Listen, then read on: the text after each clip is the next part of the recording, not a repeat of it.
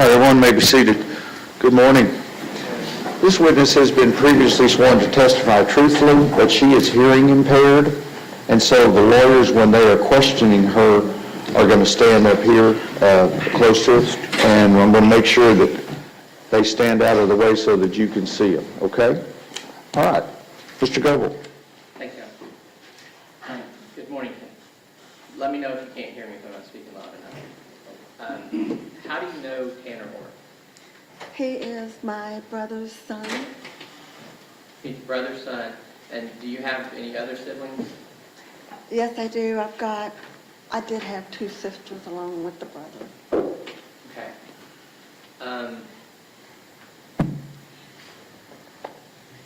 And who raised you and your siblings?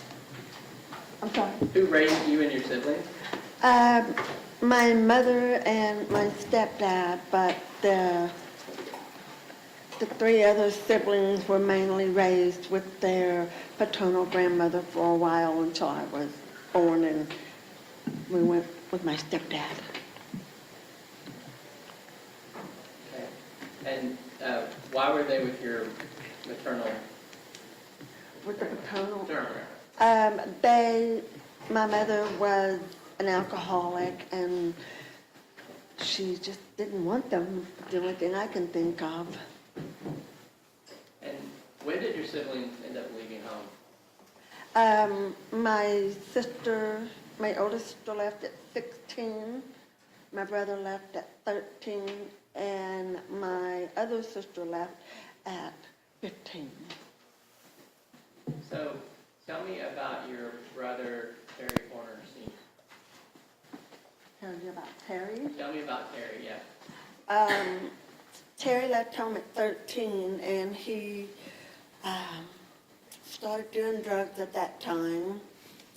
He has spent about 90% of his adult life in prison.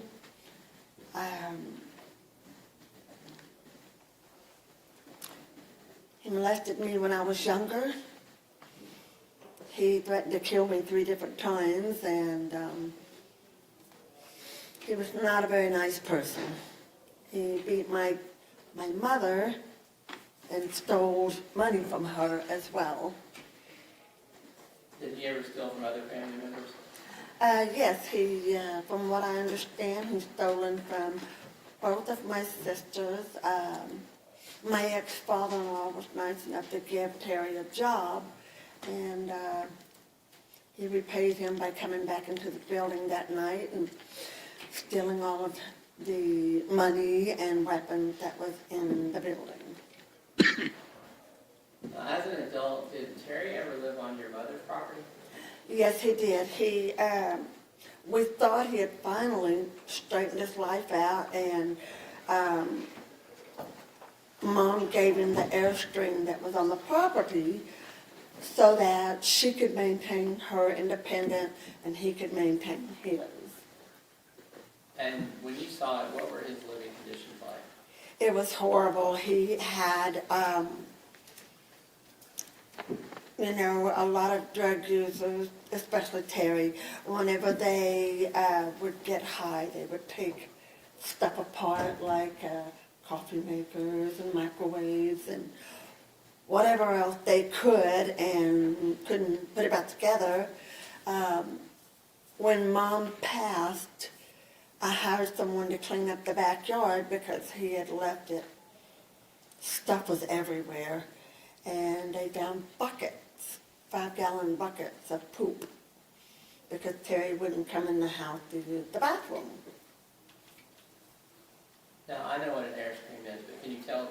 Oh, I'm sorry, an Airstream RV. It's a bumper pull trailer. And did Terry ever, as an adult, live on your sister's property? Yes, he lived on my oldest sister's property, and he lived in the garage, and then eventually he got a small bumper pull, and it was a gorgeous house, but in the backyard there was so much stuff, air conditioner parts, cars, boats, you name it, it was back there. He would just bring stuff home. Now, what did your brother do for a living? Steel. He could weld, but, sorry, I'm bluntly honest here. He could weld, a darn good welder, but because he was into drugs, he couldn't keep a job, so he would just steal whatever. Now, do you have other family members that have substance abuse issues? Yes, I do. My oldest sister was prescription drugs. My mother was a prescription drug. Tanner, from what I understand, was or is. We've got other nephews from my oldest sister. Two of the nephews and one of the nieces were substance abuse users. Can you tell me about your mother? Mom got married, I believe, at 16 the first time. She had 3 children by her first husband. And she got a divorce, and the 3 children, she dropped them off at Athena Gladney Adoption. Didn't tell anybody she did that. And she married my dad. They were together 18 months. I think I was an oops. And when she was a barmaid most of her life, and she worked dry cleaning. And she was, like I said, an alcoholic. I was born early. Looking back, I'm pretty sure a lot of my problems are due to her being an alcoholic. Whenever she married her third husband, the 3 children that she dropped off at Athena Gladney, their paternal grandmother found out about them, went and picked them up, and she raised them for a while in Pentecostal church. Their beds were church pews, from what I understand. Then she got them all back. And Was your mother ever abusive towards the children, you and your siblings? she was emotionally and verbally abusive to all 4 of us. If the 4 of us was getting along as adults, she had to pit one against the other. And there would be so much drama. I eventually, whenever my mother passed, I cut ties with all of them. I don't do drugs. I have an occasional drink. I can't stand drama. It will, yeah, mess me up. Well, did your mother suffer from a mental illness? Yes, she did. She was bipolar. She had severe anxiety. She had depression, and doing the alcohol and mixing all of her prescription with all of that was not really a good thing. What about other members of the Horner family? Are you aware of any mental illness? I'm not entirely sure. My oldest sister, I do believe she had some because of the way that she would do the prescription drugs. She wouldn't take her heart medicine or her diabetes medicine. But boy, she liked that Xanax. She would melt it in a spoon of water and take it that way. What about when Terry and Melissa Horner were together? Were you around then? I was around. I didn't see them much. I think I saw them together maybe 5 times. I saw Tanner probably 3 times in his life, if not 4. And what was Terry like around that time? Stoned all the time. Him and Melissa both were always stoned. So their house was horrible. There was trash everywhere. It seemed like wherever Terry went, he had to bring a bunch of junk. There was a bunch of trash. I don't know how people live in that. And do you know how they met? Terry met Melissa in a strip joint, from what I understand. And do you know where they were working at that time? Was Terry working then? I honestly don't know. Okay.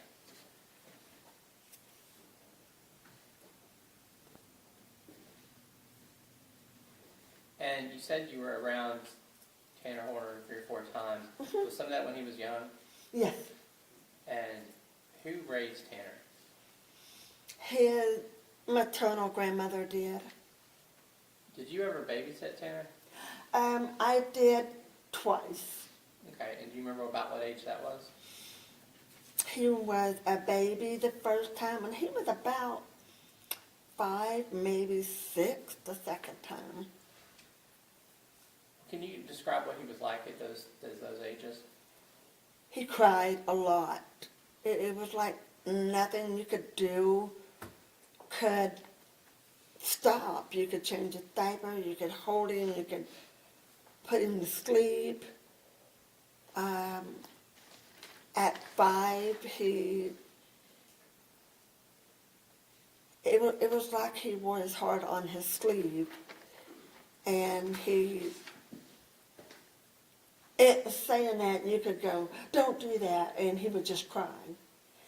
And he went to run out to the street, and I grabbed him and I swatted him on his butt like that, and you would have thought I beat the tar out of him.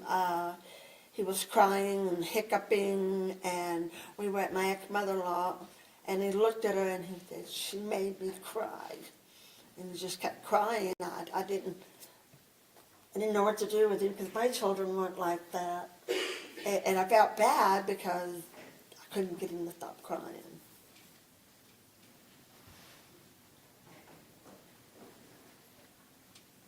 Did you get was he? So you were saying he cried a lot. You're saying that compared to other children. Yeah. What about talking? Did he talk a lot? No. Have you seen him as an adult? I seen him one time. My brother said, "Hey, Kim, this is Tanner," and I was like, I wouldn't have recognized him if I saw him on the street. That's how often we saw each other. But I mean, that was the whole conversation. Did he stop by your house or your mother's house one time with him or something? Yes, he had a camper at my mother's house, and I thought it was another item that my brother drug up. And Mom wanted all of this stuff cleaned out of the backyard. She wanted that camper gone. My brother said that it was only going to be there for a week, and it'd been there for like, I don't know how long, 4 or 5 months. I don't know. I didn't know it was Tanner's. So I was acting on my mom's behalf, and I started looking for people on the phone to come and pull this camper out. And I had it hauled off. I told the guy, I don't want any money. Mom wants it gone, just make it go. And was Tanner kind of a typical Horner man or kind of different? Like I said, I couldn't tell you. I wasn't around him that much. Now, I'm going to show you a couple pictures here, and I don't need you to use the names, but you can just tell me who these are, like in relation to you. This picture of my brother and my 2 sisters and myself. Can you identify by the exhibit number? Yes, sir. That's Defendant's Exhibit 66. We moved to have it admitted and published to the jury. Have you shown it to the state? Yeah, I see it this morning.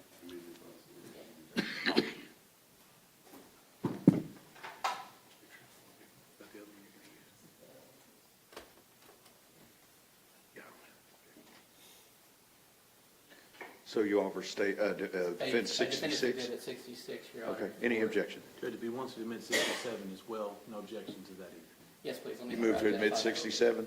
I will, sir, as soon as she identifies that. Do you recognize the people in that? Yeah, it's Tanner and my brother with a woman who has another child by him, and the four of us. Defense 66 and 67 are admitted. Your Honor, I will move to publish these, and then I will pass orders. Okay.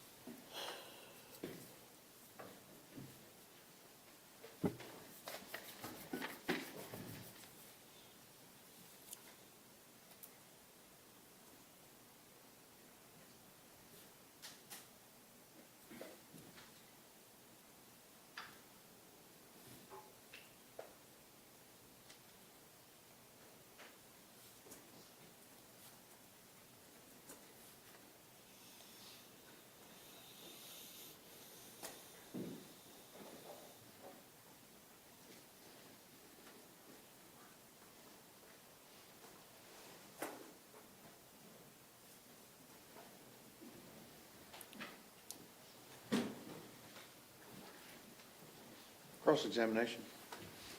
Yes, come on, yes, please. Just make sure you stand so that the jury can see you. Ma'am, my name is James Stainton. I don't think you and I have met before, have we? No, sir. Can you hear me? Are we good? Yes, sir. Okay. Do you have are you able to hear low tones but not high tones? Is that you? It's all over the place. As long as I see your lips, I'm good. Okay. Well, I'm gonna make sure that we can talk, okay? Perfect. I don't have too many questions for you, ma'am. Okay, If you don't understand something or you don't hear something, will you let me know? absolutely. Okay. Ma'am, I'm looking at this and you're talking a lot about Terry, your brother, Yes, sir. okay? And I you don't said- tell many people he is. Okay, I can see why. The second part of this, you said he went to a prison for a long time, In and out. in and out, and that was for drugs, right? It was for a number of things. It was for theft, drugs. I believe his first wife, he was out on parole probation, I get that mixed up, and he beat her up and he went back to prison. Okay. All right. I didn't hear you say he had any sexual type offenses in there. Is it just drugs? He molested me, Right. yes. But other than what he But went he did to not go prison to jail for? for that, no. He didn't go to jail for No. that? Okay. I'm just trying to get a little clearer picture. Understandable. And the second thing is, you said that the extent of your knowledge on the defendant, Tanner Horner, came from the 3 times you saw him in his life, is that right? Yes, sir. And once when he was a baby, Yes, sir. once when he was 5, Yes, sir. and then a tiny brief conversation when he was how grown. old? I don't know how old he was, I'll be honest. He was grown. Grown. All right. And that's the extent of your knowledge Yes, sir. on the defendant. Yes, sir. Now, ma'am, let me just ask you while we're up here, and I'm not trying to be rude. Are you a felon? Am I what? Are you a felon? Have you No, been to sir, I'm prison? not. And I think you said you don't do drugs. No, sir, I do not. You don't, okay. Now, I noticed the defense asked you a lot about your family history. Yes, sir. And in your family history, it sounds like you had a pretty rough upbringing, is that right? Yes, sir. And I'm not gonna ask you any details of that whatsoever, okay? I'm an open book. Well, we appreciate that, but I'm still not gonna ask you. Okay. But it sounds like you had a pretty rough upbringing, Yes, sir. and including some form of inappropriate activity at the hands of your brother, Yes, sir. and being around your brother doing drugs, Yes, sir. right? And I'm apparently being around your mom when he's doing all this stuff as well, Yes, sir. right? But in your life, you don't do drugs, No, sir. and you've never killed anybody, have you? No, sir. And you've never sexually assaulted or molested anybody, have you? No, sir. Pass a witness. Redirect. Nothing further, Your Honor. May this witness be excused subject to any potential recall? Yes, Your Honor. Thank you, ma'am. Thank you.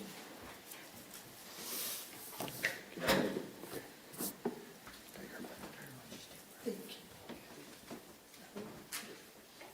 Who do you have next?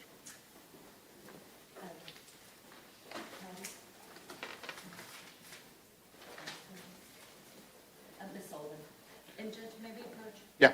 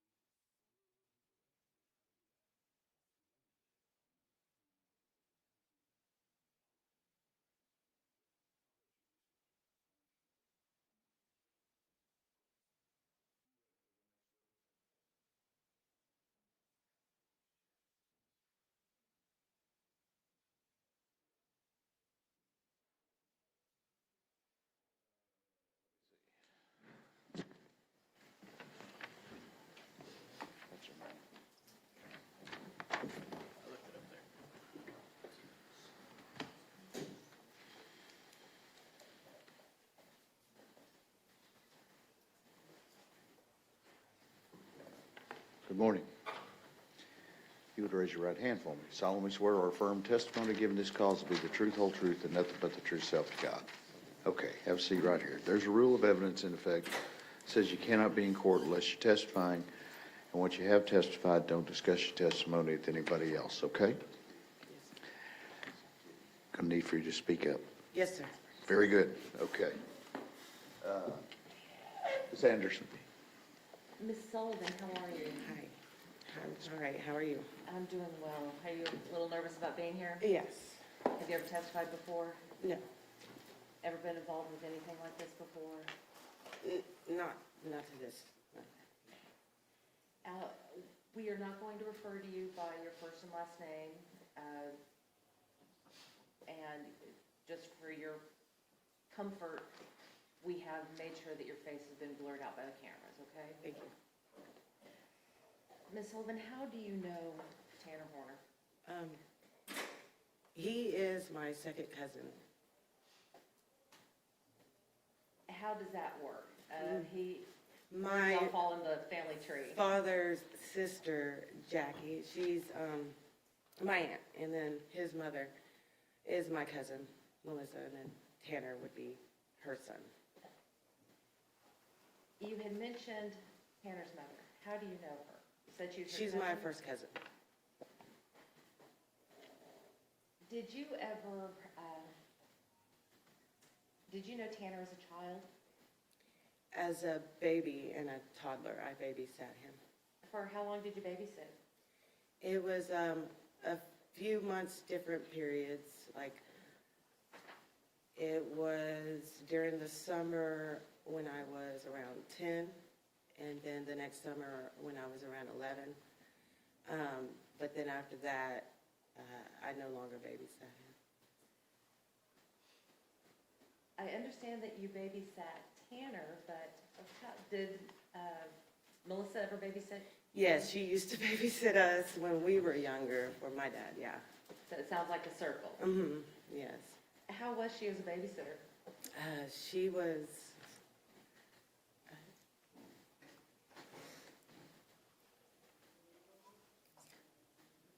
Is this difficult for you? yeah. We can take breaks as needed, Ms. Sullivan. My cousin, she was awesome. I looked up to her a lot. She was full of life then. She was a different person back then.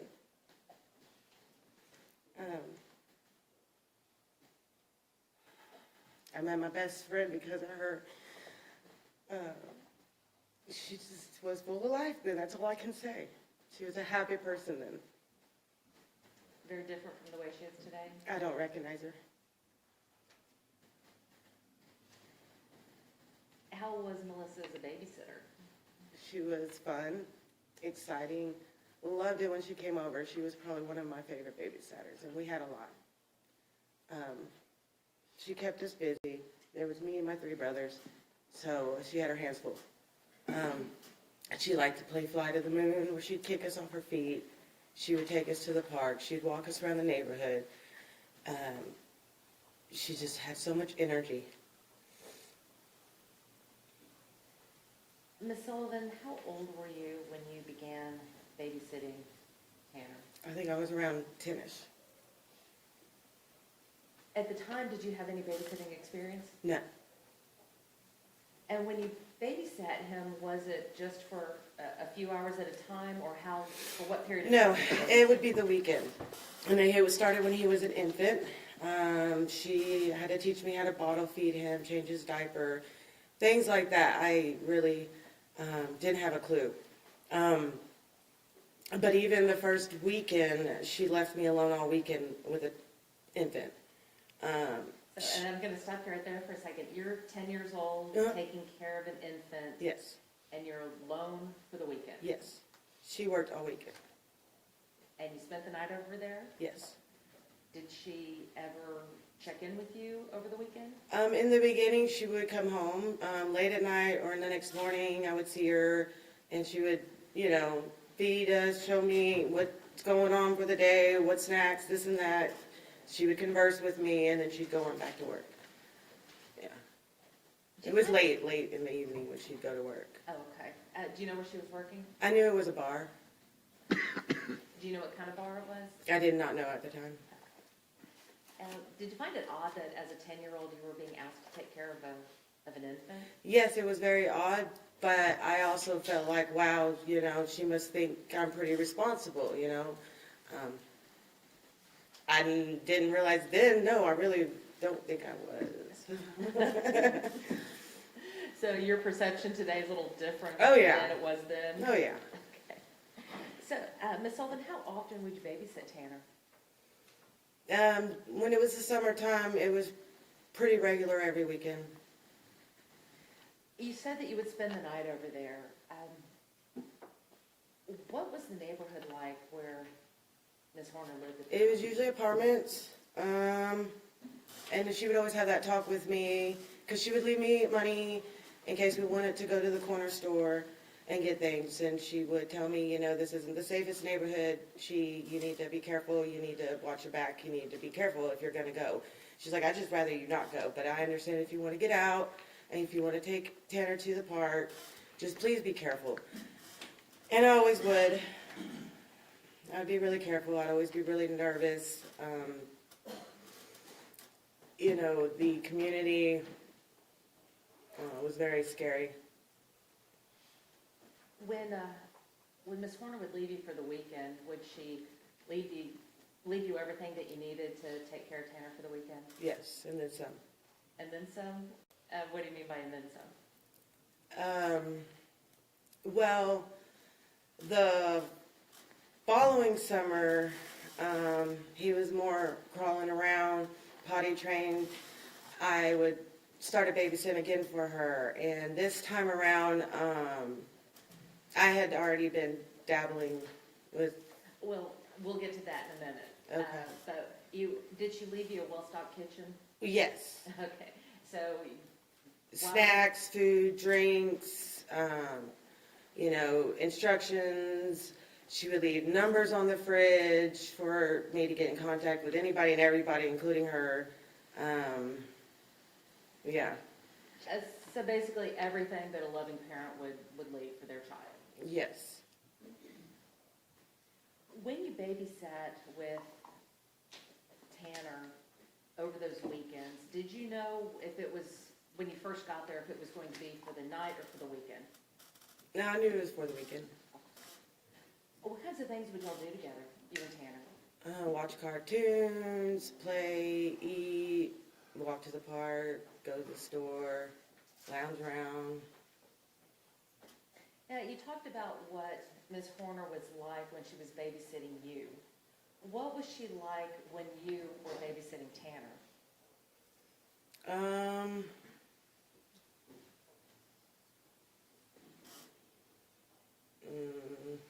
I'm not understanding. Well, we talked about, before you had said that Ms. Horner was full of life and would play games with you when she babysat you, and now you're babysitting her son. Was she still full of life at that time? Had she? Yes, but she seemed more stressed. Didn't have time. Always gone. Always seemed stressed. Yeah, but she seemed like she was always trying. Like she was always trying to put in a good face, and you know. So she was always trying. Yeah. At the time, could you tell if she had been, was drinking or doing drugs? Yeah, so I'm not sure really how it came about, but eventually, yes, I did realize, yeah. And how could you tell? Well, basically, the following summers when she wanted me to come back to start babysitting him again, and this time she was like, you know, do you want cash as payment again? And I was like, yeah. And she's like, or do you want weed? And I was like, oh, well, yeah. That would be great too. So I had just gotten into that kind of area of stuff and things, and so. How Yeah. old were you at the time? I was about 11, 12, yeah. Now, before she started paying you with weed, she was paying you with cash. Were you well paid? Yes. Okay. Where was Tanner's father during all of this? I don't know. He wasn't there. I've never met him that I know of. Ms. Sullivan, when did you stop babysitting Tanner? So my father, we moved in with my mom when I was 13 on the south side of Fort Worth. And then I kind of got lost in the city life and wrong crowds. And I stopped talking to them. I didn't want to babysit anymore, you know. You had your other life Yeah, going on? yeah. Now, Ms. Sullivan, we talked about Ms. Horner as a babysitter, and we talked about her providing for you while you were babysitting her son. Based upon your observations of Ms. Horner and Tanner, do you think she was a good mom?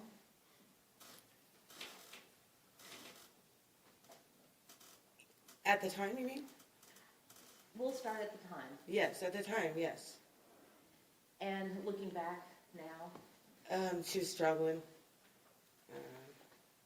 She did her best. She tried. Yeah, like the desire was there, but the ability not. yeah.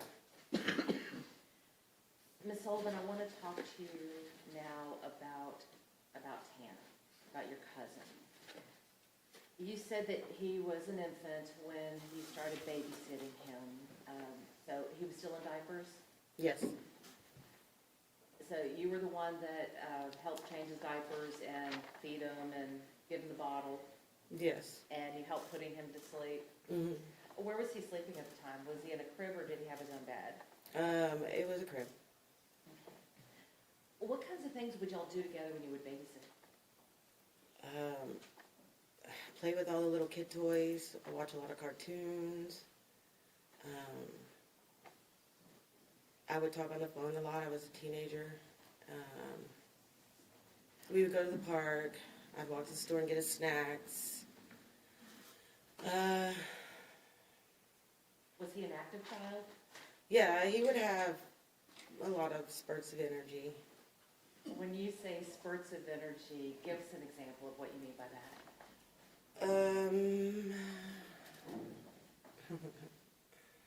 Like, it's hard to explain.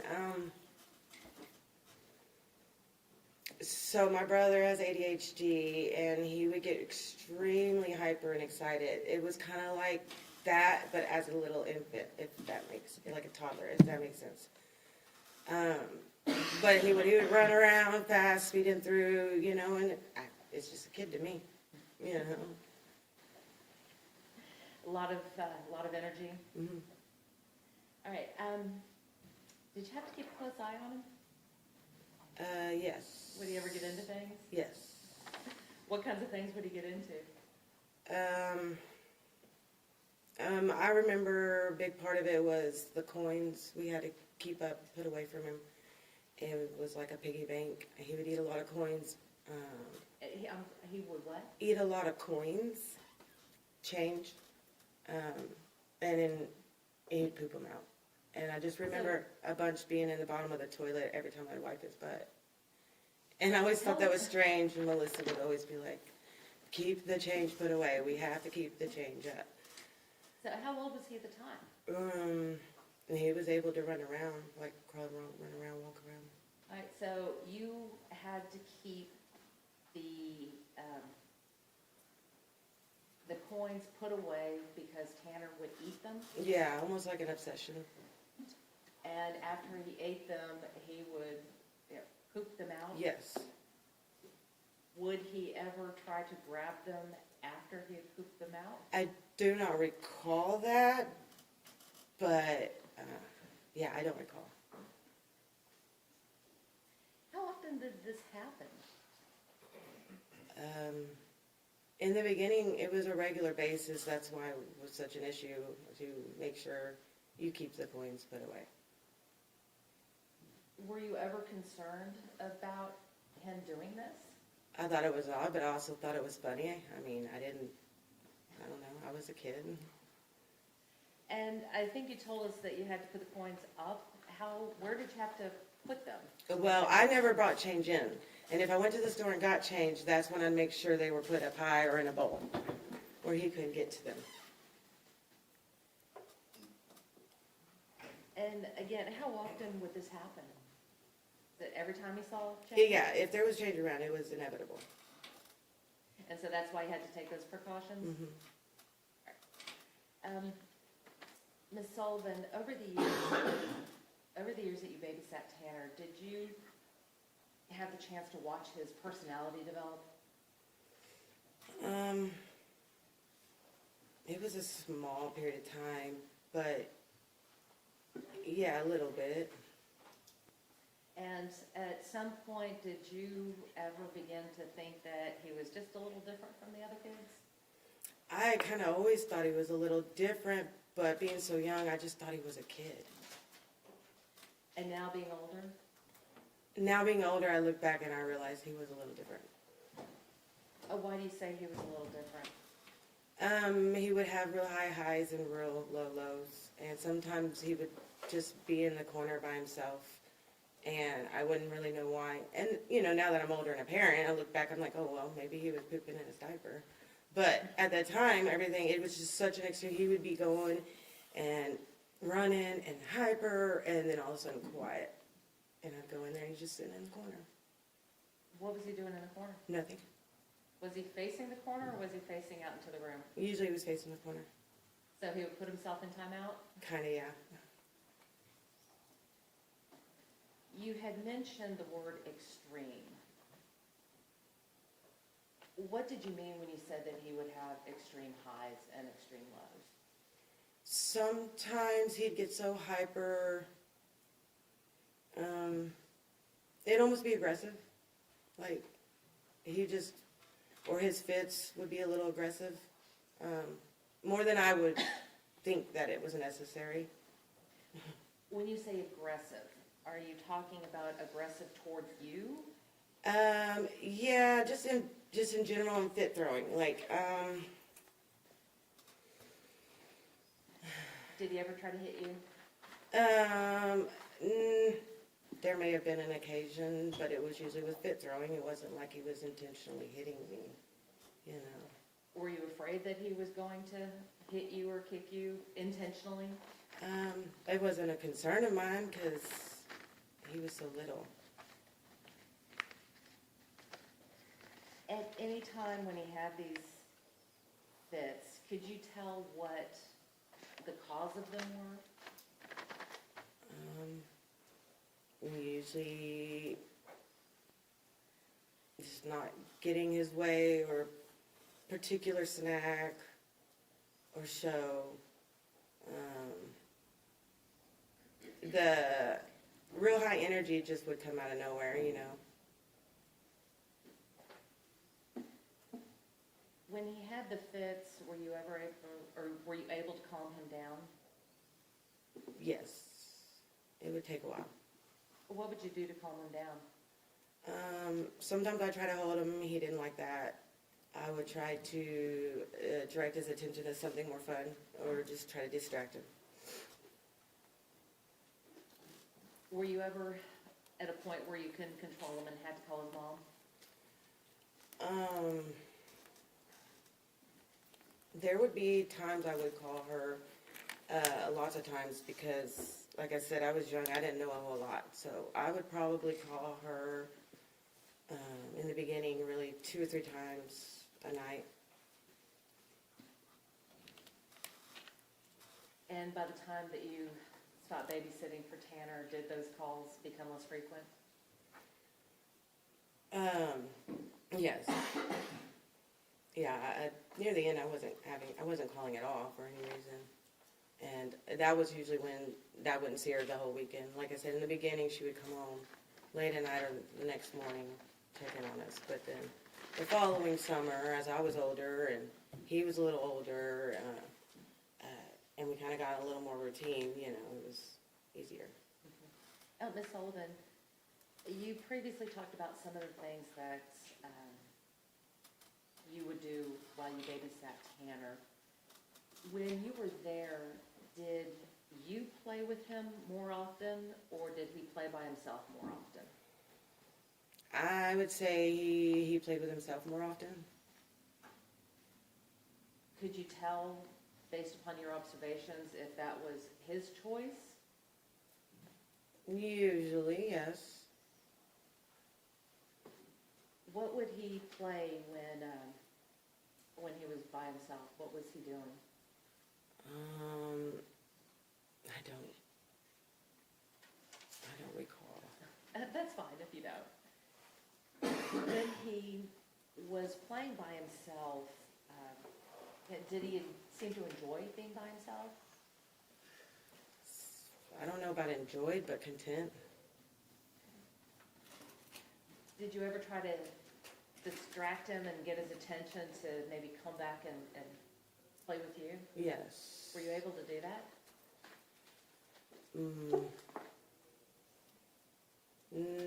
Sometimes. What kinds of things would you do to try to get his attention? Bring out some of his toys, you know, light up things, noisemakers, turn on a certain show, things like that. Now, for the times that you were able to get his attention back to playing together, did that last, or would he go off by himself again? He'd always go off by himself again. Ms. Sullivan, I want to talk to you a little bit about Tanner's communication skills. When you were babysitting him, did you ever have difficulty trying to communicate with him? There was no communication with us, like, not verbally. What do you mean by that? He was too young still, like, to really talk, you know. And by the time that, okay, I want to back up a second. You said that you had babysat him from the time he was an infant, and how many years had you babysat? I want to say it was about 2 consecutive summers, if I can remember correctly.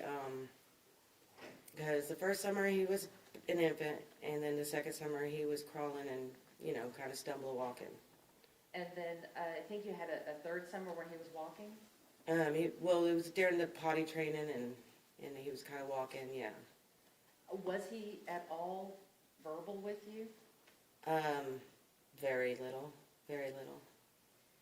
Being a mother, comparing Tanner's communication skills at that age and your child's communication skills at their age, were they the same or was one delayed? I feel like his was delayed. Were there times that you had difficulty understanding him when you were trying to communicate with him? Yes, all the time. Now, Ms. Sullivan, looking back on your time spent babysitting Tanner, did you have fun? Yes.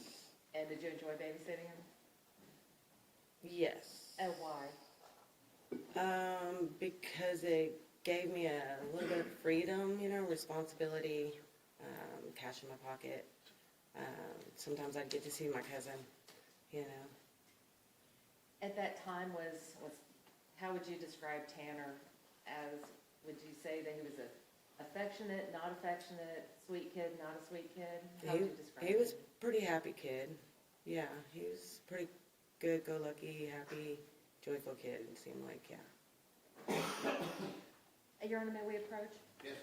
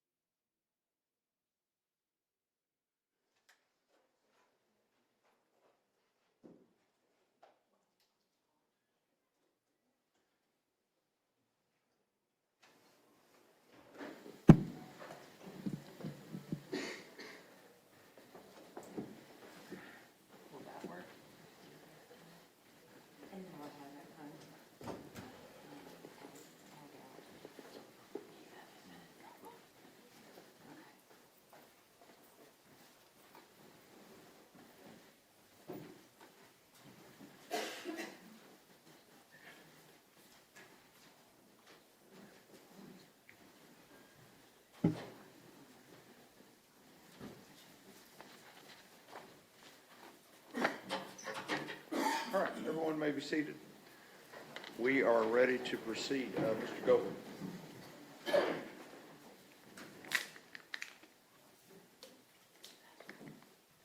Oh, I'm sorry, Your Honor, I passed the I'm sorry, witness. Miss Evans. I'm sorry. That's okay.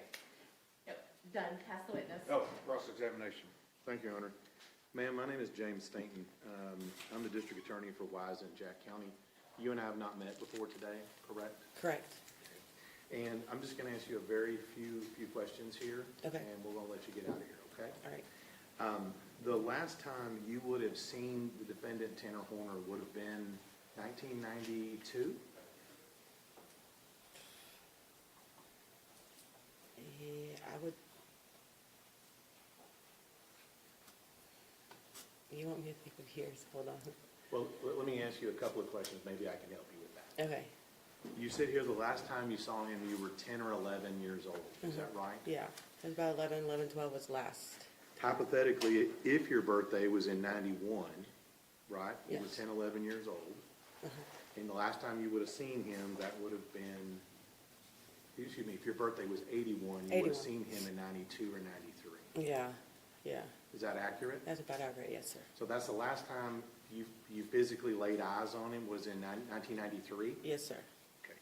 And that all that you did as a 10 or 11-year-old was babysitting? Yes, And all of your memories and things that you're being asked about today, about his communication skills, all of these other things you're asked about, that's from 1993? yes. Okay. Let me ask you this. You indicated a little bit here that I think you said you had wrong place, wrong time, or associated with the wrong people at some point. Is that right? Yes. And I'm not going to get into that, but let me just ask you, did you ever kill anybody? No, Did you ever kidnap anybody? no, Did you ever sexually assault a child? no. That's a witness. Redirect. No, Your Honor. May this witness be excused subject to any potential recall. Fine with the state. Good with the defense? Yes, Your Honor. Thank you, ma'am.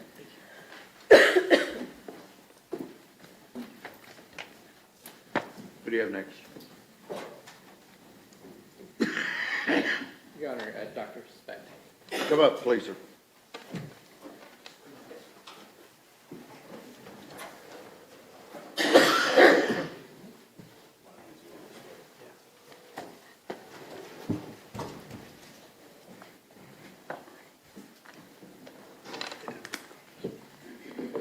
Good morning. Remind you, you're still under oath, okay? Have a seat. Ladies and gentlemen, this witness has been previously sworn to testify truthfully. Mr. Goby.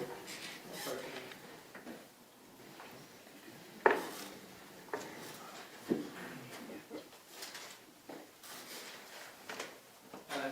Speck, I'm going to go ahead and hand you Defense Exhibit 48 and Defense Exhibit 68. Okay? Let me see if you can identify both of those. Yes. Mr. Goby, I don't know if he's been actually introduced to the jury. Go ahead and introduce yourself to the jury. Sure. So my name's Dr. Aaron Specht. I'm an assistant professor at Purdue University with an expertise in exposure assessment and environmental health. Now we can Yes, one is my CV, and I haven't seen it printed out before. One is a report I produced for this case. Okay, and do those appear to be true and accurate copies of both of those documents? Yes. Now we've moved to admit both, what were those numbers, 48 and, What are the 48. exhibit numbers, Doctor? 48 on my CV and 68 on the report. Any objections? No objection, Your Honor. Defense Exhibit 48 and Defense Exhibit 68 are admitted. so now my first question is state your name. That's okay. So you said your area of expertise is medical, physics, and environmental health?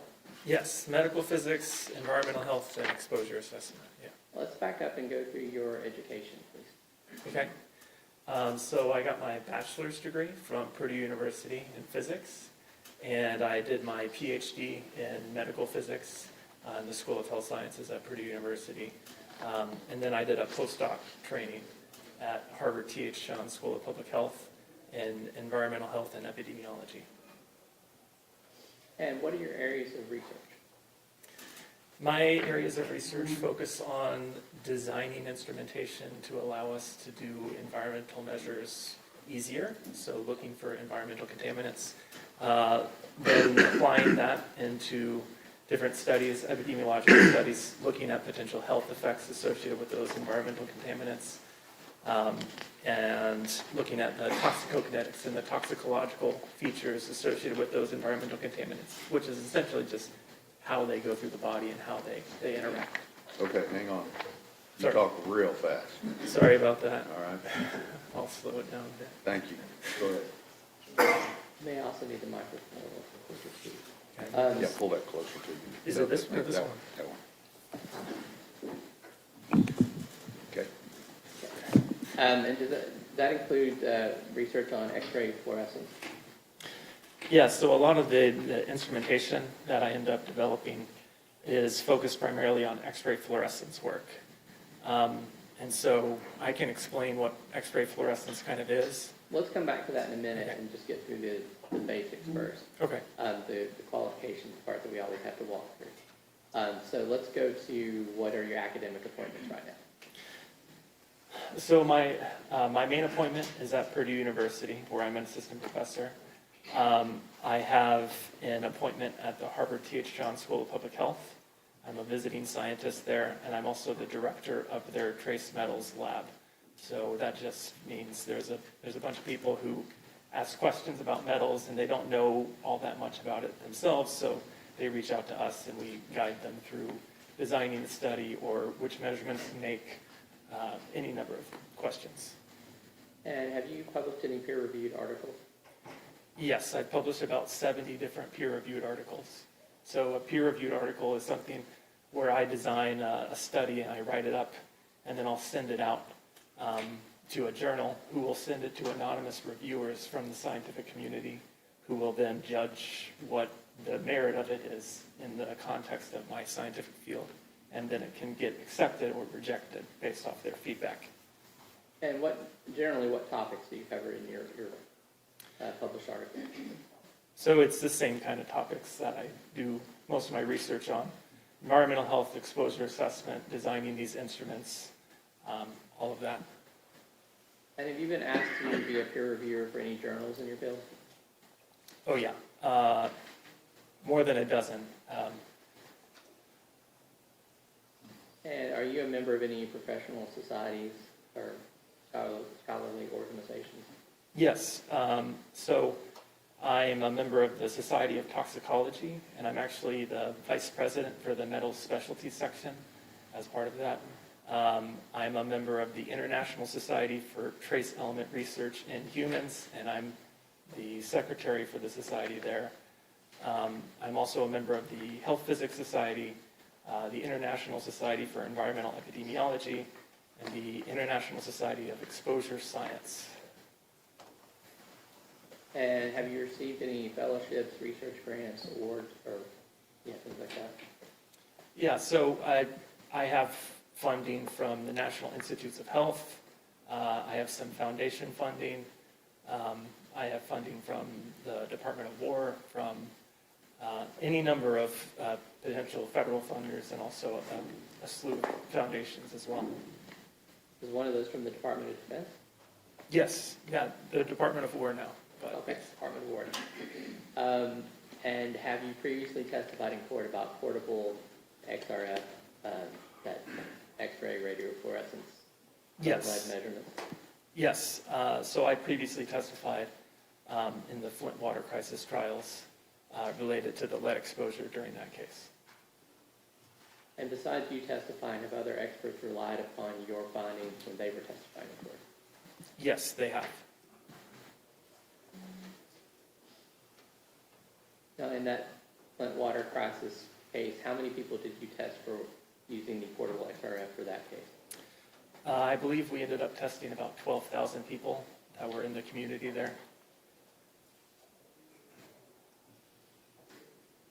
Now, what are the biomarkers for lead exposure? So the biomarkers that are traditionally used for lead exposure would be like blood. And you probably are familiar with this. If you have kids, they would get a blood screening, and a blood lead level would be given.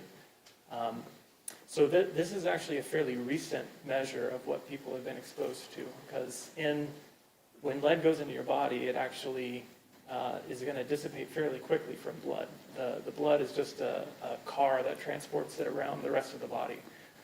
But when it goes in your body, it looks a lot like calcium. And so that's how it does all of these bad things in the body, is it hijacks places that calcium would ordinarily go. So it will pass through the blood-brain barrier and do stuff in your brain. The blood transports it on the red blood cells, which is, normally where that would happen. And as a consequence as well, the lead will actually store primarily in bone, which is where calcium would normally store. So when it gets into the bone, 90% of the ingested lead actually will store in the bone. And then your bone's going to stay there. It's not here today and gone tomorrow. It turns over very, very, very slowly. So when we actually do a measurement, so with our device, we are able to measure bone lead levels instead of blood lead levels. And that bone lead level actually gives us a very cumulative measure of what someone's been exposed to their entire life. And that's important because, lead, it has this impact, and it's going to do something in the brain by passing the blood-brain barrier. But all of our toxicological studies and the general scientific consensus shows that those effects are irreversible. So even though we're going to monitor it with blood, and maybe that will dissipate over time, those effects are going to linger and they're going to stay there for the rest of your life. So when we are able to do a cumulative measure of what someone's been exposed to, that is a more effective measure of what the potential health outcomes are associated with that level of exposure. So how long would that exposure be detectable in the blood? In the blood, it normally dissipates fairly quickly within a couple weeks. So the half-life is about 30 days. So that means if you were exposed to something 30 days ago and we measured it today, half of it would still be present in the blood. The equivalent then for bone lead would be 30 years. So if you were exposed to something 30 years ago and we measured it today, half of it would still be present in your bone. So you mentioned, like, for the blood testing, one way to do it. How do you test for lead in blood? You can do it a couple different ways. They're really technical analytical chemistry techniques. So one is inductive coupled plasma mass spectrometry, which essentially you digest the blood and you send it through a plasma flame, and then it goes through this magnetic quadrupole system, and it looks for mass to charge ratios, and it identifies a given isotope of lead. The other one, which is much more commonly used because it's much cheaper, is anodic stripping voltammetry, which is, they have these little kits. They call them the lead care kits, and you can drop a piece of blood onto it and then stick it in, and it'll give you a result in about 5 minutes. And those are typically used by health departments when they do your kids' screening. That's what they'll use. What about bone testing for lead? How's that done? Bone testing for lead is always done using X-ray fluorescence. The alternative is we do a bone biopsy. But with the X-ray fluorescence, we can do it non-invasively. So what we do is we have some kind of X-ray source, and we put that on the shin bone. And what it's going to do is it's going to send little X-rays into the bone. And each of those is going to interact on an atom-by-atom basis and make those atoms give off signals that are specific to whatever elements they are.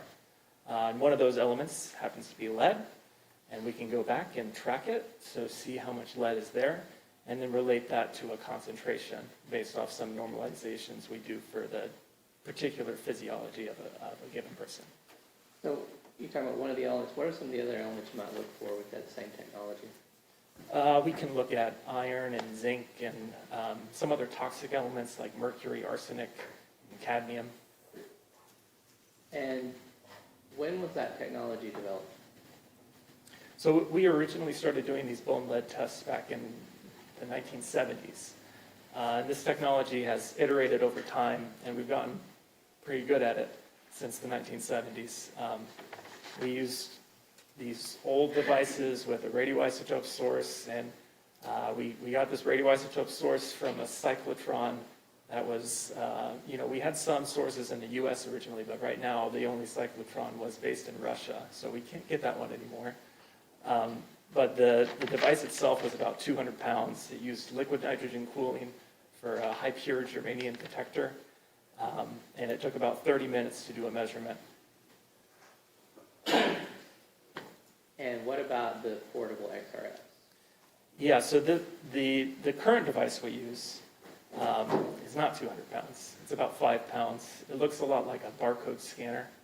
And you can do the same kind of thing. You hold it up to the middle of the shin bone, and you're able to actually determine the elemental content of that bone.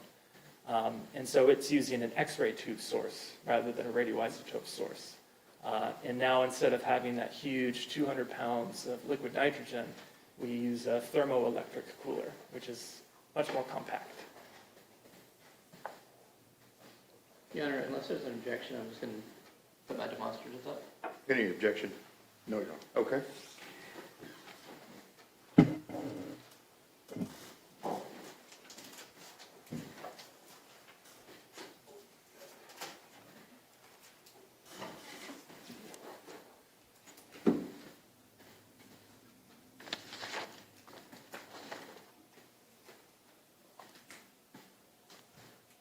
Okay. So you kind of described these pretty well already, but what are we looking at here? This is the previous iteration of the X-ray fluorescence devices. So you can see the big liquid nitrogen dewar there. That's where all the liquid nitrogen is stored. The detector on the front, and then that little black dot is actually covering up the radioisotope source on the front of that. And these took about, again, 30-minute measurements. We used these pretty extensively in the 90s and early 2000s with a whole bunch of different cohort studies of lead.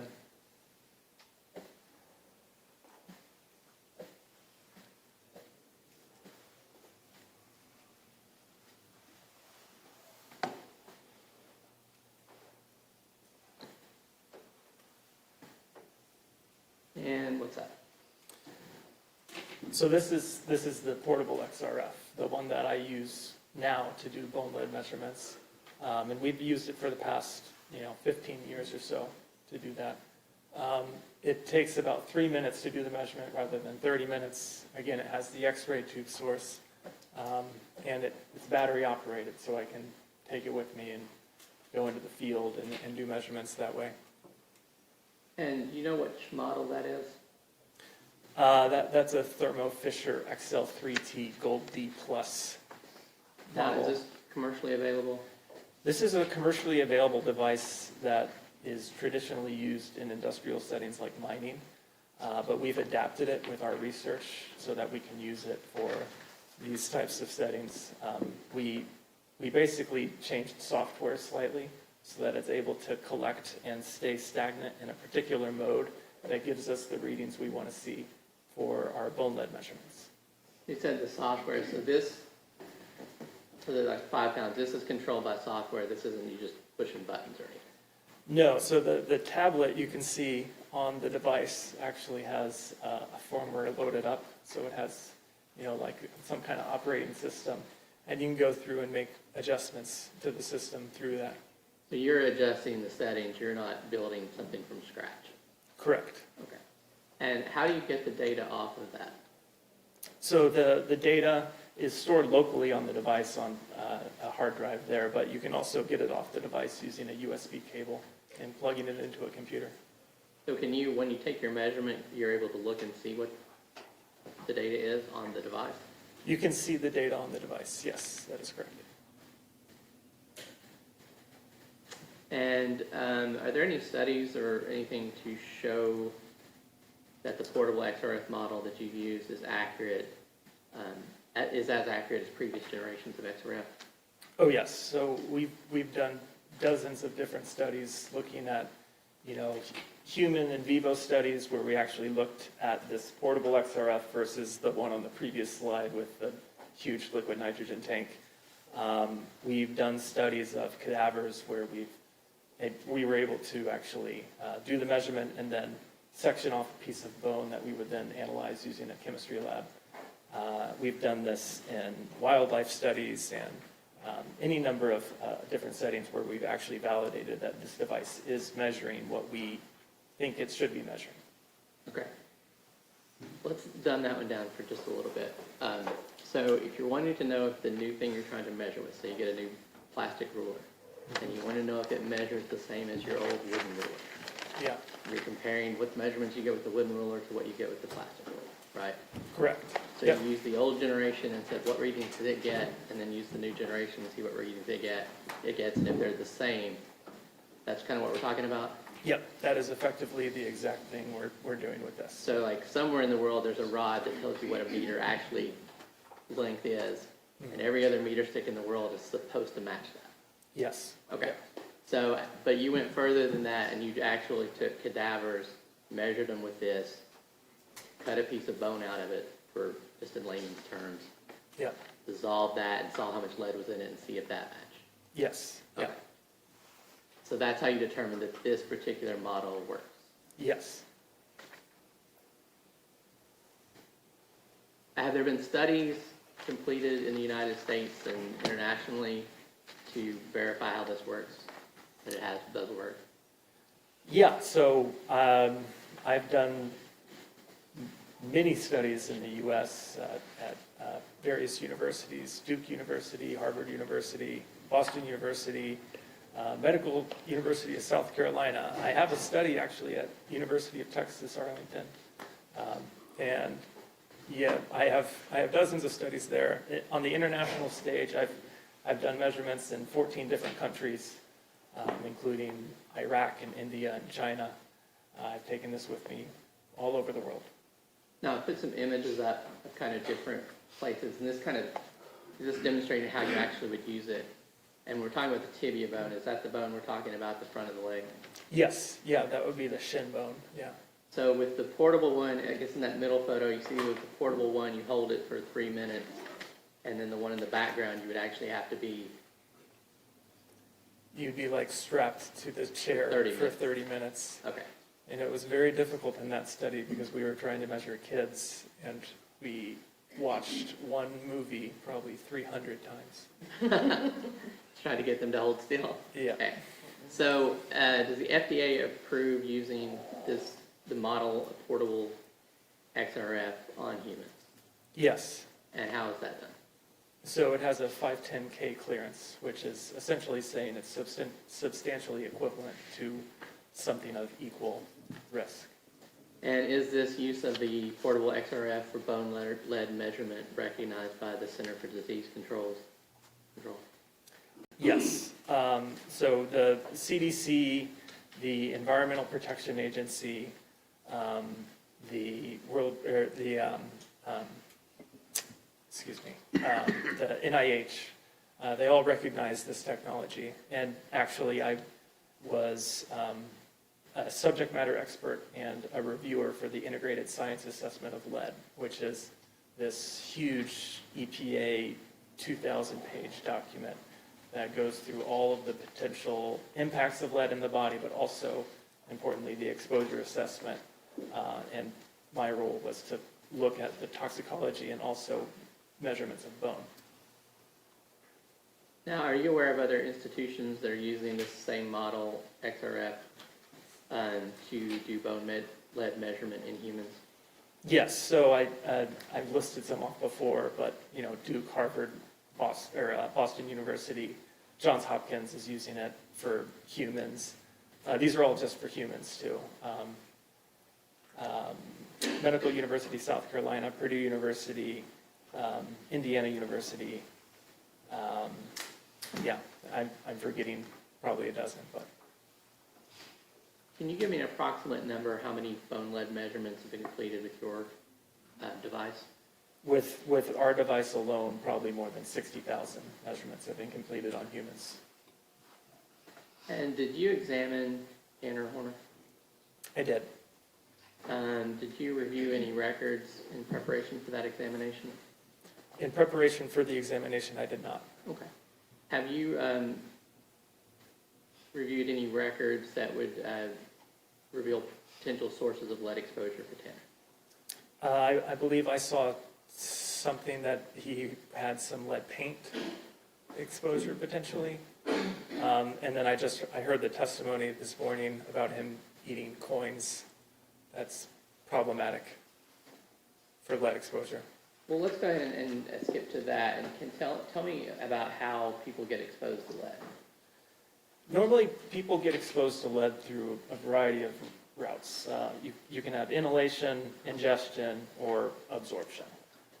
So primarily inhalation and ingestion being the principal sources of potential exposure. If you think back into the 90s when we had lead in gasoline, we were all exposed to a lot of inhalation sources of lead as everyone was driving cars around that was putting it in the air. I'd say nowadays, most of the higher sources of lead are from lead paint or ingesting lead as a kid. And again, this kind of goes hand in hand with the toxicology of it. So when a younger kid gets exposed to an amount of lead, they actually have a greater percentage of having that actually taken up in the body. So the coins went through his body, and maybe some of it came off, but most of it hopefully went through the rest of his body. But that some of it that came off was taken up in the body very, very easily because of his age, versus an adult who would have probably half the amount would actually get taken up in the body. And that goes with a lot of things and nutritional needs and whatnot as a growing kid.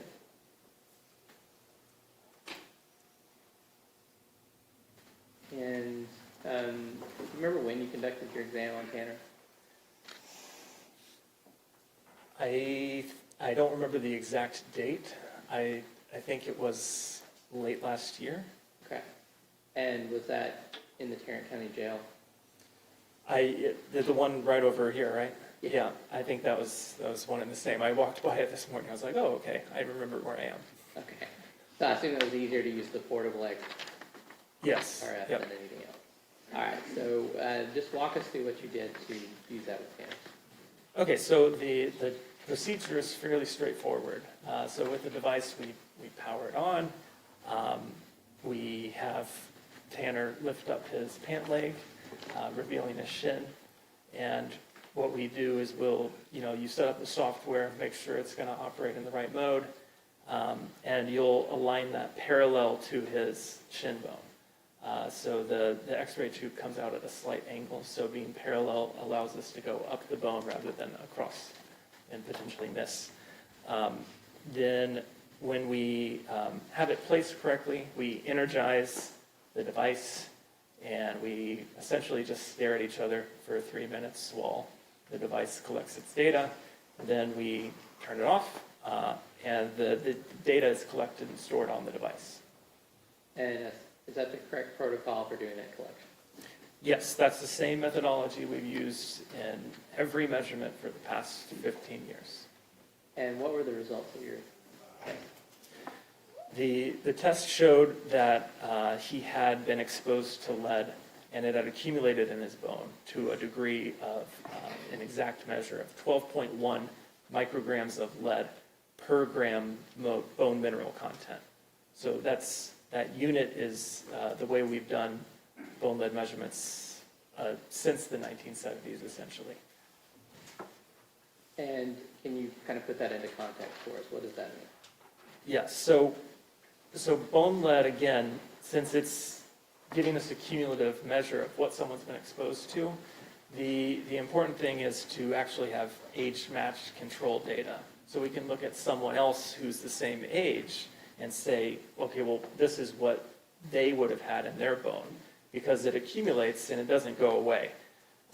So we have a population study we typically use for this, which was based in Toronto. And in that study, the same age group as Mr. Horner would have had about 0.5 micrograms of lead per gram bone mineral. And to put that further into perspective, so his level was 24 times higher than that comparison group, first of all. Secondly, you can do a total body bone, or a total body lead measurement. So because we have this in units of bone mineral content, and everyone has a certain amount of bone mineral content over their body, we can actually determine how much total lead he had in his body. And so that comparison, he came back with about 33,000 micrograms of lead. Quite high, compared to his peers at closer to, I believe, 1,500 micrograms of lead. Okay, and are you aware of how many micrograms of lead it would take to potentially have an effect on someone? So the CDC sets this level of blood lead, that is the level of concern, and it's at 3.5 micrograms per deciliter. And we actually show that there is harm at lower levels, and the CDC, the Environmental Protection Agency, the World Health Organization, every scientific organization of merit has said that no level of lead is good for you. But if we do the same total body estimate with that 3.5 micrograms per deciliter, you get to about 250 micrograms of lead as the dose that can cause harm. And so 250 micrograms, very different than 33,650 micrograms.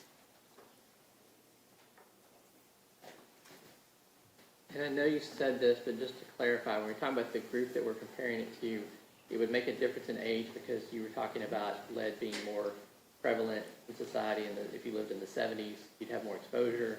So is that why you have to break it to age groups? Yeah, that's essentially it. So if you're older, maybe you had the exposure from the 90s when you were inhaling the leaded gasoline that was being combusted. And so we'd have to account for that. So that's why we do that age comparison, because this is going to be reflective of what you were exposed to in your life.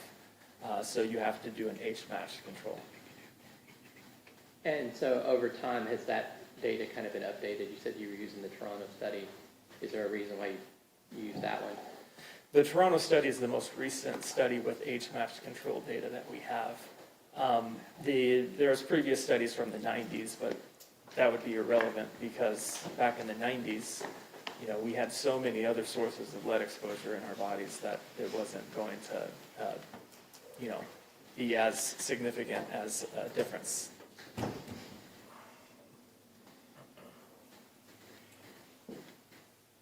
And so, to summarize, what is your opinion to a reasonable degree of scientific certainty? So my opinion is that Mr. Horner experienced a significant amount of lead exposure that would have impacted his health, and particularly his neurological health. I'll pass the witness, John. Cross-examination. Thank you, Your Honor. A couple questions about, Dr. Specht, about this particular device that you're using. It's called a XL3T Gold, is that correct? Yes, that's And correct. it's made by Thermo Fisher, Yes. okay? And this particular device, and you said that you had some FDA, what was the number you used on the FDA? 510K. And what do you have from Thermo Fisher giving you authority or direction in using this on humans? So Thermo Fisher doesn't market the device for these types of tests. We actually do the modifications to the device to allow it to be able to be used on humans.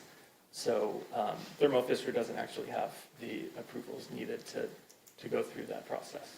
So the manufacturer of this device does not approve this device for use on humans, is that correct?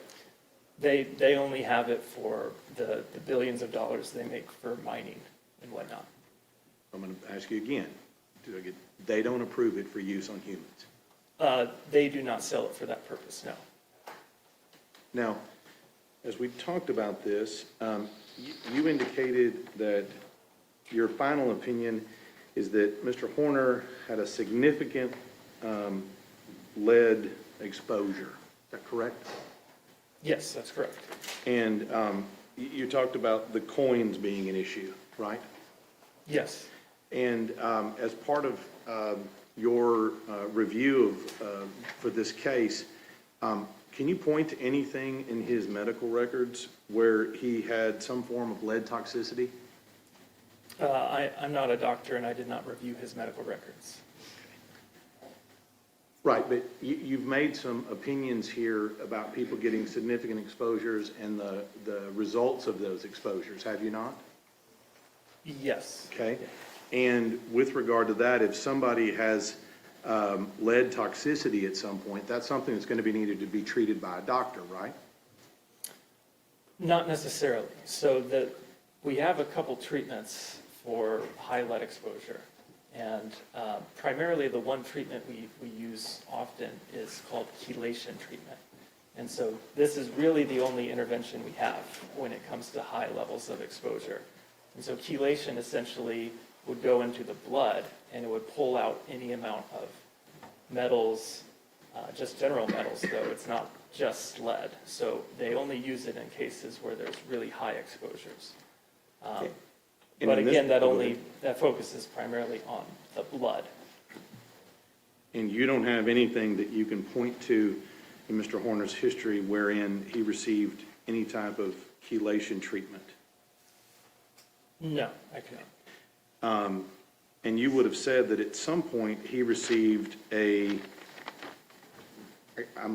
going to make a presumption here, you help me with this, a pretty high dose of lead at some point in his childhood, is that right? Yes, he would have had to have had some exposure to lead during his childhood to accrue this amount of cumulative lead dose.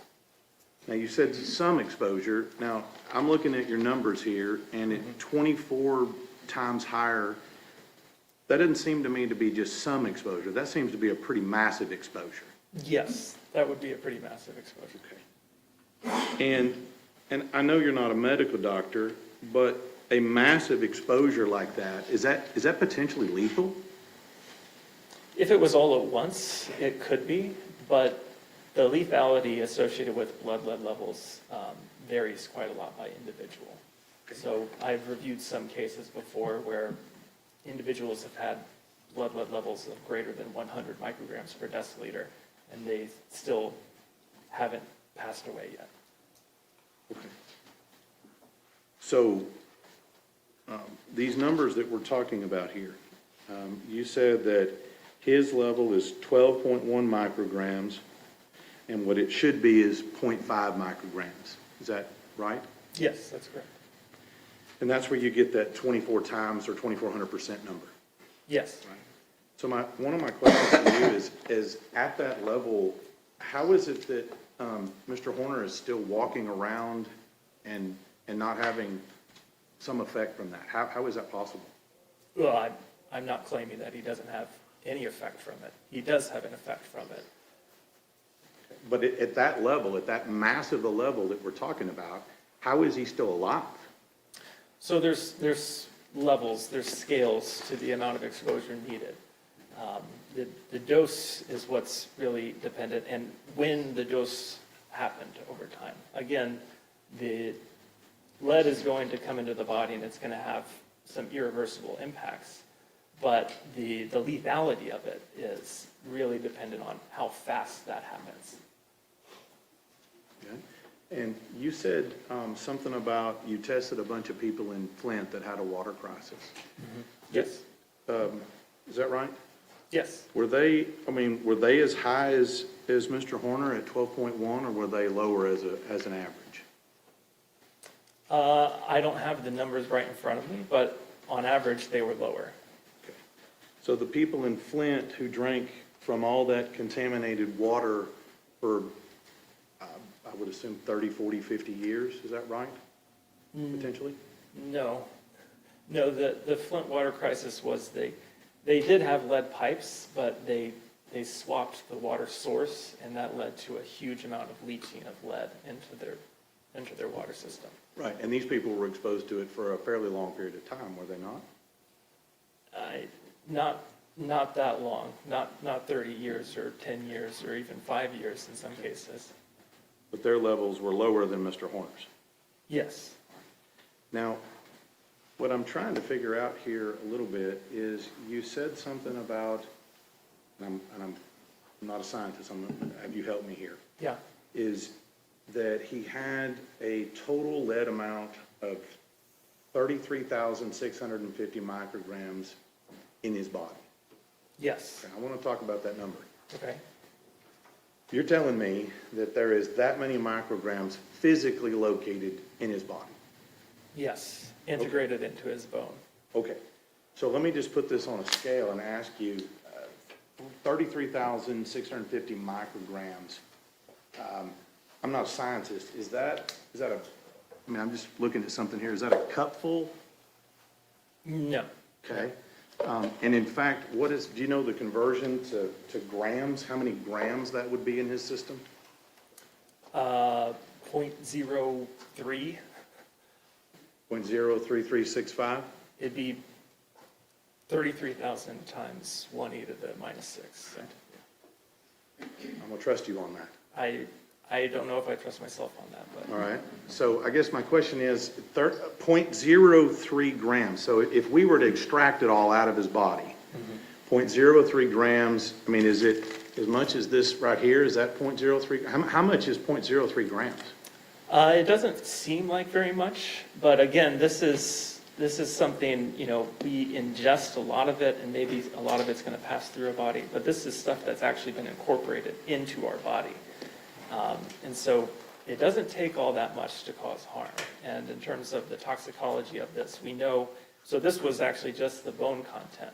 But the bone content, you're not super worried about the bone content. In toxicological studies, we have shown that the bone is a good corollary for what is actually in the brain as well. So we can use this as a determining factor. Okay, well then his brain was exposed to this amount over some amount of time as well. And that's more impactful. Right. I'm just trying to figure this out. I'm trying to figure out how much is it. I mean, 0.03 grams, is that like a BB? Is that what we're talking about? That's the total amount? It could be on the same order, yeah. Okay, so something, we're talking in the entirety of his whole body, something like this. Yes, but it's actually incorporated into his body. And again, it's 24 times higher than what any one of his peer groups would have been exposed to.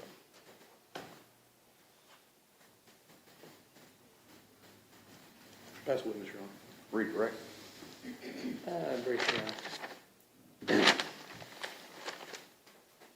so you mentioned before that, I guess, the CDC, the EPA, the Department of War, Duke, Johns Hopkins, I think you said the Medical College of South Carolina, Purdue University, a bunch of places do use this portable device to detect bone lead in here.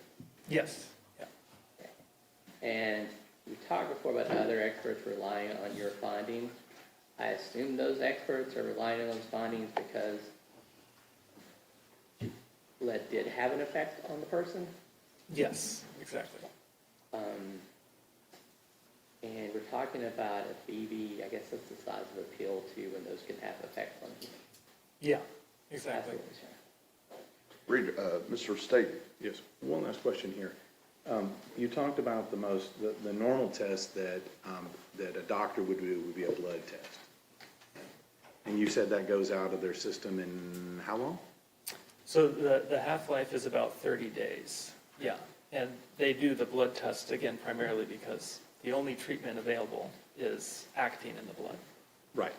And so it wouldn't surprise you if Tanner Horner's medical records indicated he tested essentially negative for blood when he got tested, would you? No, it wouldn't surprise me necessarily, depending on when that test occurred versus when he was actually exposed. But at this level that what you're talking about here, this extreme level, this massive amount of lead, according to you, in his system, how is it possible that with this much lead, according to you, in his system, that he still tests zero? Well, I mean, it could easily have been, tested at very different time points in his life. So if you test blood lead level very recently and he was exposed when he was 2 or 3, then the blood test could come back effectively 0. And again, this is effectively 0 because even those blood tests aren't 100% accurate. That's what it's showing. Nothing further. I'm sorry? Nothing further. May this witness be finally excused? Yes, sir. Due to the state. Thank you, sir. Thank you. Okay. Hand me those exhibits.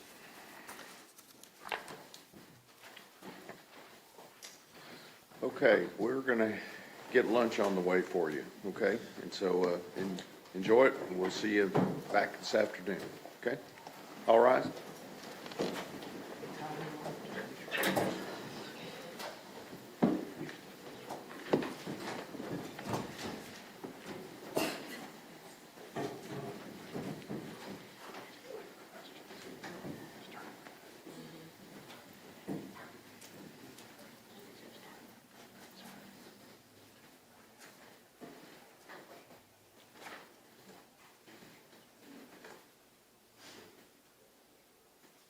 One o'clock, everybody.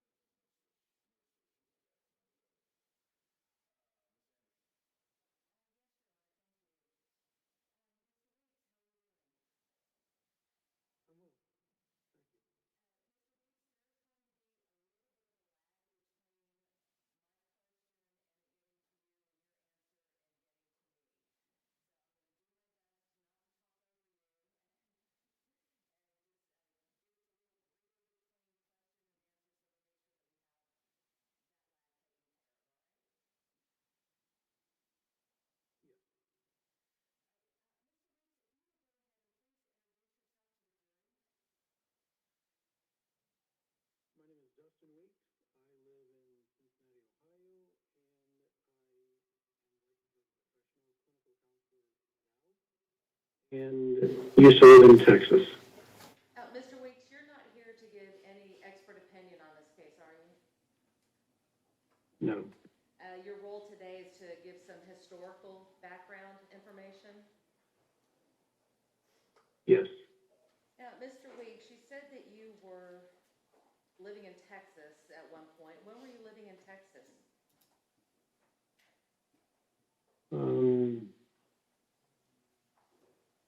From approximately, I lived there for about 25 years, so that was approximately 1982 until about 2004. When you were living in Texas, well, let me back up. You had said that you were a licensed therapist. What does that mean? In Texas, my license is a licensed professional counselor. I'm licensed in Texas now. In Ohio, a licensed professional clinical counselor is somebody who is licensed by the state to provide therapeutic services to people. When you were living in Texas, did you have the opportunity to work at a place called First Choice? Yes. Please tell the jury what First Choice is. First Choice was located, I don't think they're there anymore, on East Hemphill Street in Fort Worth, Texas, near downtown. There, we provided services to families affected primarily by drug and alcohol abuse. Commonly, dual diagnosis was present, meaning there was both drug use of some sort as well as a mental health disorder such as maybe depression. Our program specifically was residential, and families were there, so it was common for the women, I can't remember there ever being any men that were the primary clients there, would be there with their children. How did you get involved with First Choice? After a therapist is licensed, or in this case, I wasn't yet licensed, they have internships in which they work, and they can add to their classroom knowledge with clinical real-world experience working in a facility like this. When were you with First Choice? The early part of 1999, approximately February to August of 1999. And Mr. Weeks, I want to ask you a little bit about the intake process at First Choice. Do you recall what kind of information was obtained from the clients when they entered First Choice?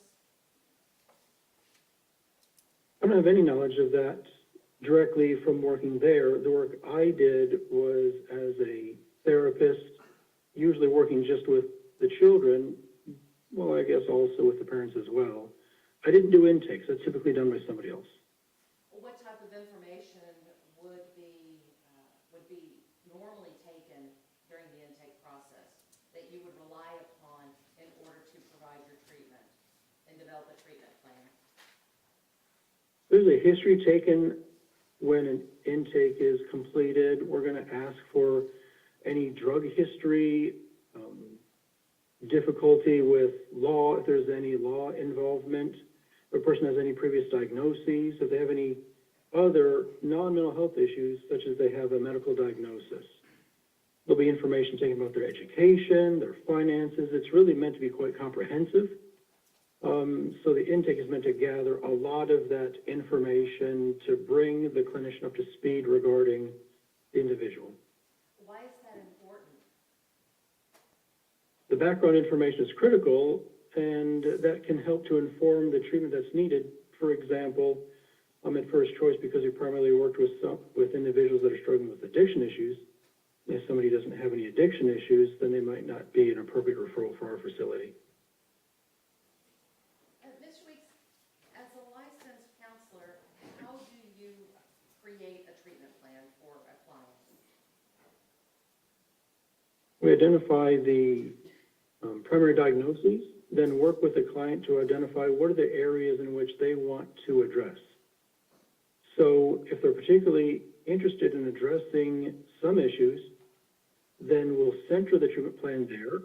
But we may also, at a treatment facility like this, expand out to other areas to help with employment, for example. If they need assistance with finances, social workers or case managers will work on that, whereas the clinician will primarily work on the mental health issues. Now, you talked about dual diagnoses. How common is it for one of the clients at First Choice to have a dual diagnosis? So I don't remember, I worked there, I guess, 26 years or so ago, but it would be shocking if individuals there, our clients at that time, didn't have also a mental health issue in their background. It's ubiquitous. What about trauma? Almost always. There's trauma with individuals that have addiction issues, but I don't have a specific recollection of clients I worked with there. I don't have those records anymore. We talked a little bit about trauma, but can you explain to the jury what the cycle of trauma is? Yeah, trauma may manifest later on in somebody. Hang on just a minute. I'm sorry.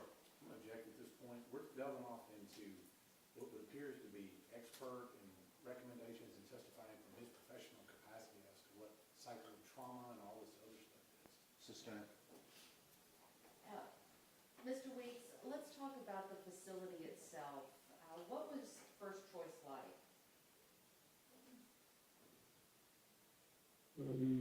Did they have, you mentioned. It was like maybe the, Oh, I'm sorry. You mentioned that they had a residential facility. Were patients or clients allowed to bring their children? they were. How was that accommodated at the facility? You know, as I'm thinking back, trying to remember, it seemed like there were small apartments, maybe even rooms. Apartments might be, you know, like small hotel suites, so to speak, that were there, and there would be, maybe we'd have 10 or 20 families there at a time. And then we had the main building in which we did some of the groups and other therapeutic services. You said that these residents would be allowed to bring their families and their children. Did First Choice also provide services to the children of their residents? Yes, that's primarily the work that I did.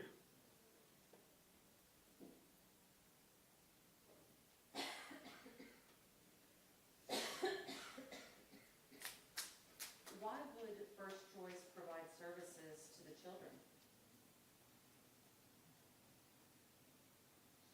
Services like play therapy, for example, or stress management could help the client, the child, I should say, in this to be more specific, to maybe work through some issues that they encountered with the mother when they weren't in the facility.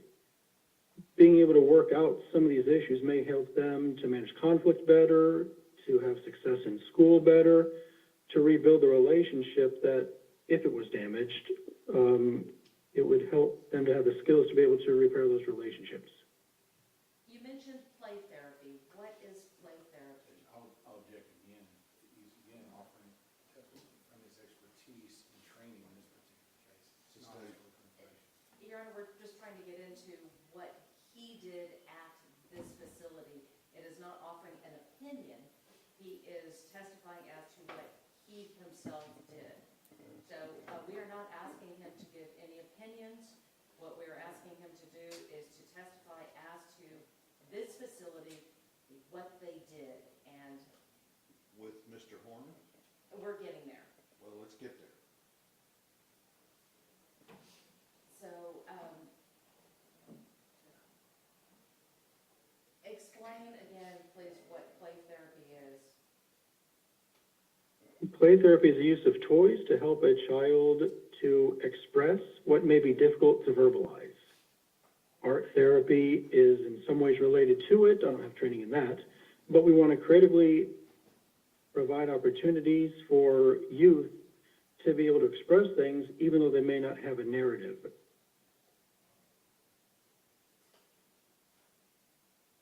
Do you recall, and I know it's been 26 years ago, but do you recall the family consisting of Mr. Horner and his mother? Yes, How do you recall them? It's been 26 years. Was there something special about them that made you remember? no, I recalled the name just vaguely when you first approached me. I think it was you, I'm not, but when I was first approached to provide support here. But then when a picture showed to me, I clearly remembered, yes, that's Melissa and that's Tanner. Well, I didn't recognize Tanner at all. I knew him, maybe he was 6, 8, I'm not sure his age at that time, but I remembered the mother. Now, what were your initial impressions of them as a family?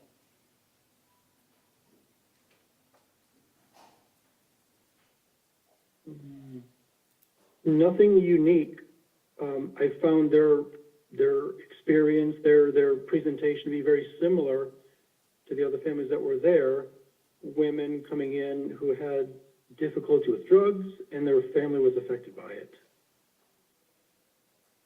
Now, you said that you had remembered Melissa immediately upon seeing her photo. What was it about her that you remembered? I just remembered her face. When I saw it, I recognized her. Nothing else really jumps out. And just to be clear, in order for Melissa to be involved in this program, she would have had a drug problem? I assume so. We didn't provide any other services. That was the primary function. There was an emphasis in first choice on 12-step work. When Melissa and Tanner were at first choice, did she seem to be motivated to work through the program and do better?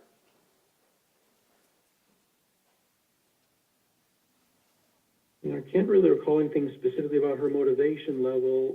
My primary work was in play therapy with him. I assume, although I don't recall specific sessions, that I would have just minimal contact with her. Well, Mr. Weeks, let's talk about your work with Tanner. You said that when you looked at the photo, you remembered the mother, but you didn't remember her son, just by looking at the photo. But after reviewing your records and whatnot, were you able to confirm that you did work with Tanner? I don't have those records anymore, and I'm sure I did. I assume I did, but it's a good question. I can't say for certain that I provided services to them. Well, you had said earlier that you had provided services to Melissa and her son.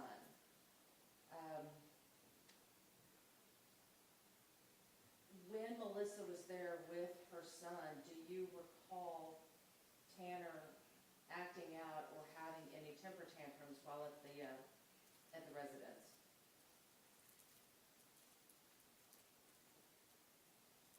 I don't recall that specifically. It's very common, and I do assume that I did work with them, although I just want to be really upfront. I can't for sure say that I had services with them. I could have just seen them in the facility, but it's not likely. I probably did work with them.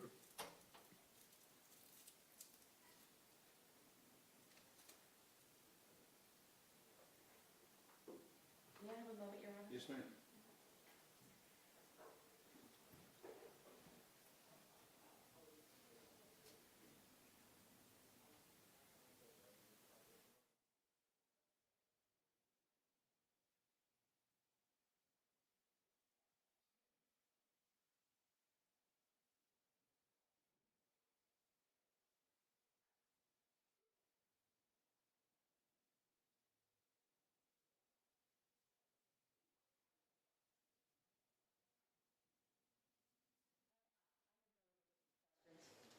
You pass the witness.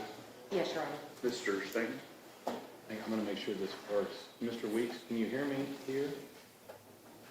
Yes.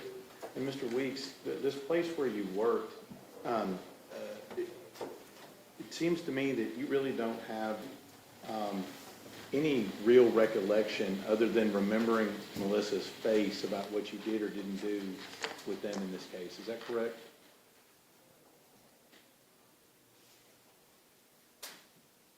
I have, generally, yes, it is. I just have basic memories of the services we provided there, but specifics with this family, no, I don't have specific memories.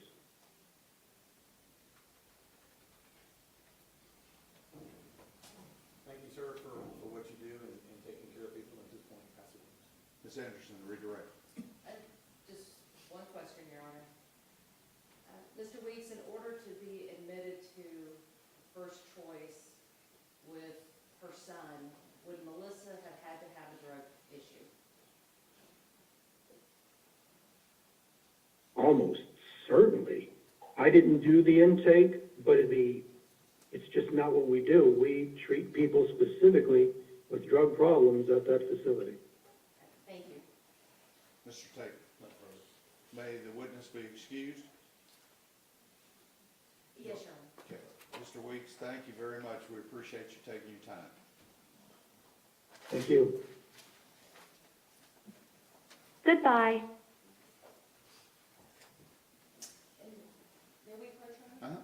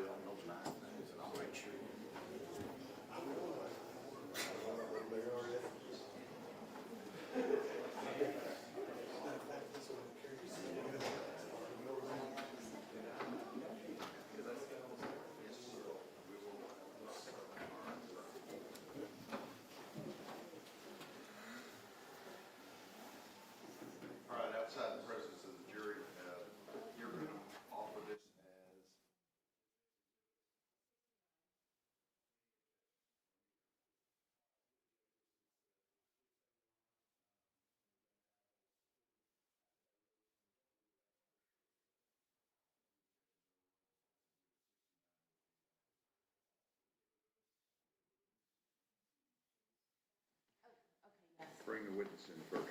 Yeah, uh-huh.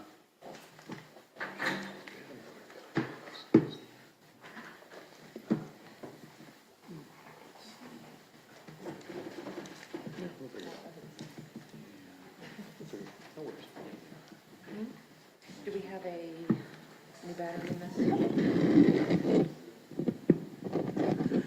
Carrie, do you have the battery? Which man? Triple? No. Okay. Sorry. I didn't know you Good were. afternoon. Yeah. You all right? Okay, raise your right hand. Solemnly swear or affirm testimony given this cause to be the truth, whole truth, and nothing but the truth, so help you God. Okay. There is a rule of evidence in effect that says you cannot be in court unless you're testifying, and once you have testified, do not discuss your testimony with anybody else, okay? And Judge, since this is a civilian witness, we just want to re-urge our request to have her face blurred, and we'll be using her first name. Guys are all on it, right? Okay, What's her name? let's go. Can we know her name now? Yeah, y'all do. I know, I'm like, hold on, I'm like, how do you know? Go, you may sit down. Yeah, Me well, and you and her can sit down. and I really need to do this.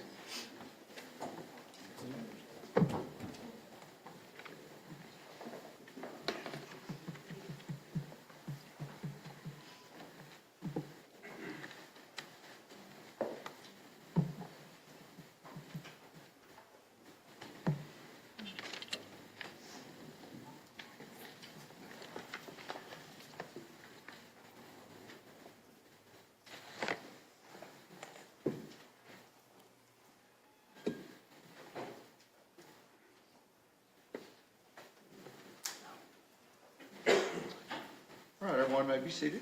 We are ready to proceed. Ladies and gentlemen, this witness has been previously sworn to testify truthfully. Understand? Yes, Your Honor.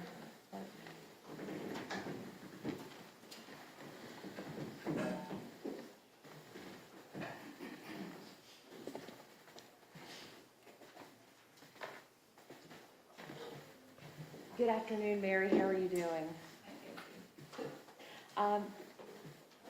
Mary, we have agreed that we will call you by your first name. Is that okay? Okay. One thing that I am going to ask you to do is when the court reporter is taking the record, she can only take down yeses and nos and words and head nods and mm-hms and uh-uhs. Don't translate to the record. So if we can get a verbal response, okay? Okay. You nervous? Not too bad. Not too bad? All right. Mary, what do you do for a living? Well, I'm retired now, but I was a licensed specialist in school psychology. It's a big, lots of words, but LSSPs in the schools. How long had you been an LSSP before retiring? 35 years. Tell me and tell the jury a little bit about your educational background that allowed you to be a LSSP. Right. Well, I graduated from high school in 74, went to college at Texas State University, which then was Southwest Texas State, so that's changed too. Graduated in 78 with a psychology degree and a guidance counseling minor. And they had just started, I thought I would be a school teacher or a counselor, just because I thought that's kind of all there was. But the school had started a brand new school psychology program that year. And so one of my professors told me about the program, and it sounded very interesting because I was very interested in the learning process in children.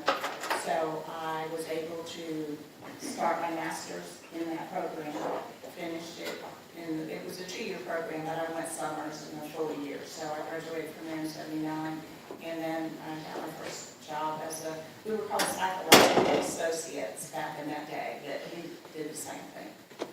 And just to be clear, you are not here to offer any expert testimony, are you? No. Are you here just to talk about your personal interactions with Hannah Horner? Yes. After you graduated, where did you go to work? Well, I was in Houston the first 5 years of my career. Then I married and moved to Fort Worth. Then I was with ISD for 12 years. Then I went to Azle for 8 years. And I finished in HEB, Hurstview was Bedford ISD, the last 12 years. So I've kind of hopped around a little bit. Now, during your time at Azle, did you come to know Tanner Horner? I evaluated Tanner. And during your time in the school districts at large, did you have to deal with students who had been diagnosed with Asperger's or autism? A lot in the last 12 years. Now, back in the Azle days or the school district before that, there wasn't a lot of high-functioning autism talked about or really identified at that time. Azle was a smaller school district. I'm sorry, I'm doing the wrong thing. You're fine, you're fine. So my memory of testing students on the spectrum, they were typically more severe students, more severe behaviors. Tanner was more unique because he... Judge, I'll object. If she's here to provide background information, but she's providing based on her expertise in this case as far as evaluation and testing, or just background information on Mr. Horner? Response? Your Honor, because of her expertise and in her background, let's try this again. Because of her expertise, we will be asking her about the services that she provided for Mr. Horner. That's expert testimony based upon her training and experience and offering it as an expert in this case and her opinions as far as evaluating and testing him and anything else. She's not designated as an expert. I'll let her testify as to what services she provided, but she's not to render an opinion as to anything. No, Your Honor, she is not going to be rendering any opinions. However, what she will be testifying to is what her knowledge was in the service plans and the treatment plans based upon specific diagnoses. And that is not an expert opinion. That is what she has done. It would be no different from a doctor coming in and talking about their service plan. It's still expert testimony, Your Honor. I'm going to let her do it. Go ahead. You said that when you first started with the schools, you didn't see a lot of high functioning. What do you mean by high functioning? Well, high-functioning autism, people typically that are on the spectrum and on that end of the spectrum have language. Whether it's functional, how functional it is or not is a big piece of it. They typically look like neurotypical people do, people that don't seem to have disabilities of any type. So you might not notice them or pick them out as looking different.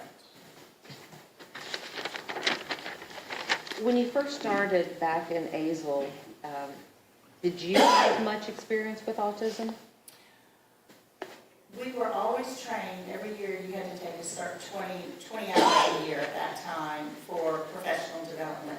So we would be trained, but I would not say I had an excessive amount of training in that particular disability. It was more global. Did you see a lot of autism when you were? In Azle? Yes. No. May I have a moment, Your Honor? Yes. My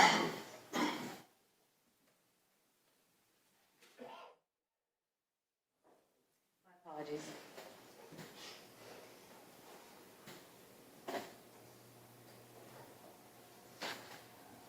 When you were working in the schools, would you review records in order to make a determination on what kind of treatment plan to have for a particular student? No, that isn't how we developed what we call IEPs, Individualized Educational Plan. We would review records before our assessment, so we had some basic information about a particular student. Okay, so tell me about that. What type of records and what type of information would you look for to develop an IEP? Okay, the IEP is kind of at the end, when all the evaluators would come together and they would write their report and put it into a document. Then then the art committee would get together. The art committee is after you do, all the school people do their assessments, you come together for this one final meeting and you present the information to the parents and the teachers, and it's called an art committee, annual review and dismissal. At that meeting is when you talk about the students' needs for special education. When you are evaluated in the school district, you are evaluated for special education services. So in theory, well, not theory, factually, anybody who meets eligibility for special education services has a deficit in some area. It could be intellectual deficit, it could be a learning disability, it could be behavior. Did I answer that? So in the art meeting, we then talk about the deficits that the student has and what were some of the accommodations and modifications we could provide in the school to help them improve whatever their deficit areas were. Okay. So when you're dealing with students with autism, what type of deficits would you normally see? But there are 3 pillars of autism. Judge, and I will object to this. This is definitely extra. Sustained. May I respond, Your Honor? No, ma'am, sustained. Mary, when you are looking at a student, would that student often have a diagnosis before they came to you? Many do. Many do. So yes.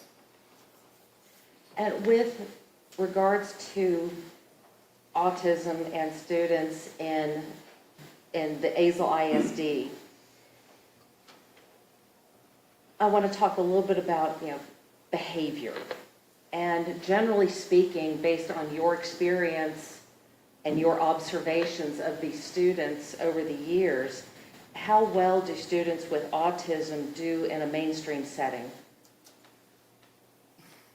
I'm not sure I can really answer that because every person with autism is different. And would you agree with me that you said that every person with autism is different, which means that not all autism is alike? Exactly.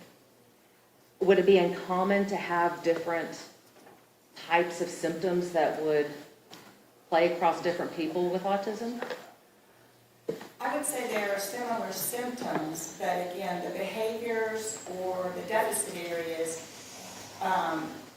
are worse in some and better in others. So it depends upon how the autism manifests itself. Well, let's talk about Tanner and how his autism manifested with him. Did you ever work with Tanner as a student? You do work with the student when you do the evaluation. You also... Well, I'll get there in just a second. Okay. You're fine. You're doing well. Which school were you working at the time you met Tanner? In ASL ISD, we would go to various schools, wherever the assessment need was. So I would go to the elementary school. I don't know if he was in elementary school when I first evaluated him, or if he was in the junior high or even high school. I don't remember that. I'm not sure about the years. Well, what kinds of evaluations, or let me back up, what kind of services did ASL provide for Tanner? Now, I was able to review some of the ASL records, so I wouldn't have remembered this. So is that okay then? Yes. Okay. So I believe at the time, Tanner was in a classroom called Behavior Improvement class. And I think he was in there about half of the day, and then he would go out to other classes, to the general education classes, so that he was getting a full education, because he was bright, and when I say bright, he was able to be in regular classrooms intellectually. And so he would go out, and typically we would identify the strengths of the student and have those students go into those classrooms initially, so they would be successful, so we could build on some successes. So he, as far as I can remember, he had that situation set up, but he also had, and that behavior improvement classroom was to provide a lot of structure for him, was also to provide the behavioral support he needed. So let's say if any student is in a generally classroom and they start to have behavioral issues, hopefully that behavior improvement class teacher would assist the regular education classroom teacher. He also had, I don't know if he had, I didn't see anywhere in the records, he had speech and language services to address the pragmatic deficits, which tend to go along with, it goes along with students that have language, typically. But I did remember and saw in the records that he received in-home training, which was when a therapist went into his home and she took him out to the community to expose him to different social settings. And she was a speech and language therapist. So you had mentioned that these services that were provided to Tanner. Let's talk about how the school district would determine that the services were necessary. Was there an evaluation that was performed of Tanner in order to receive services? Yes, any evaluation for autism includes a speech and language therapist, an occupational therapist to look at sensory issues or motor skills even, a psychologist, a school psychologist, and or a licensed specialist in school psychology. There's a difference there. I'm a master's level school psychologist. I'm not in the clinical realm at all. So that's why I'm using the LSSP term more so. Okay, you asked me who else would evaluate. Well, let's go to your evaluation first. Okay. So what kinds of evaluations would you give students? Autism? And Yes. we're speaking strictly about. Yes. Okay.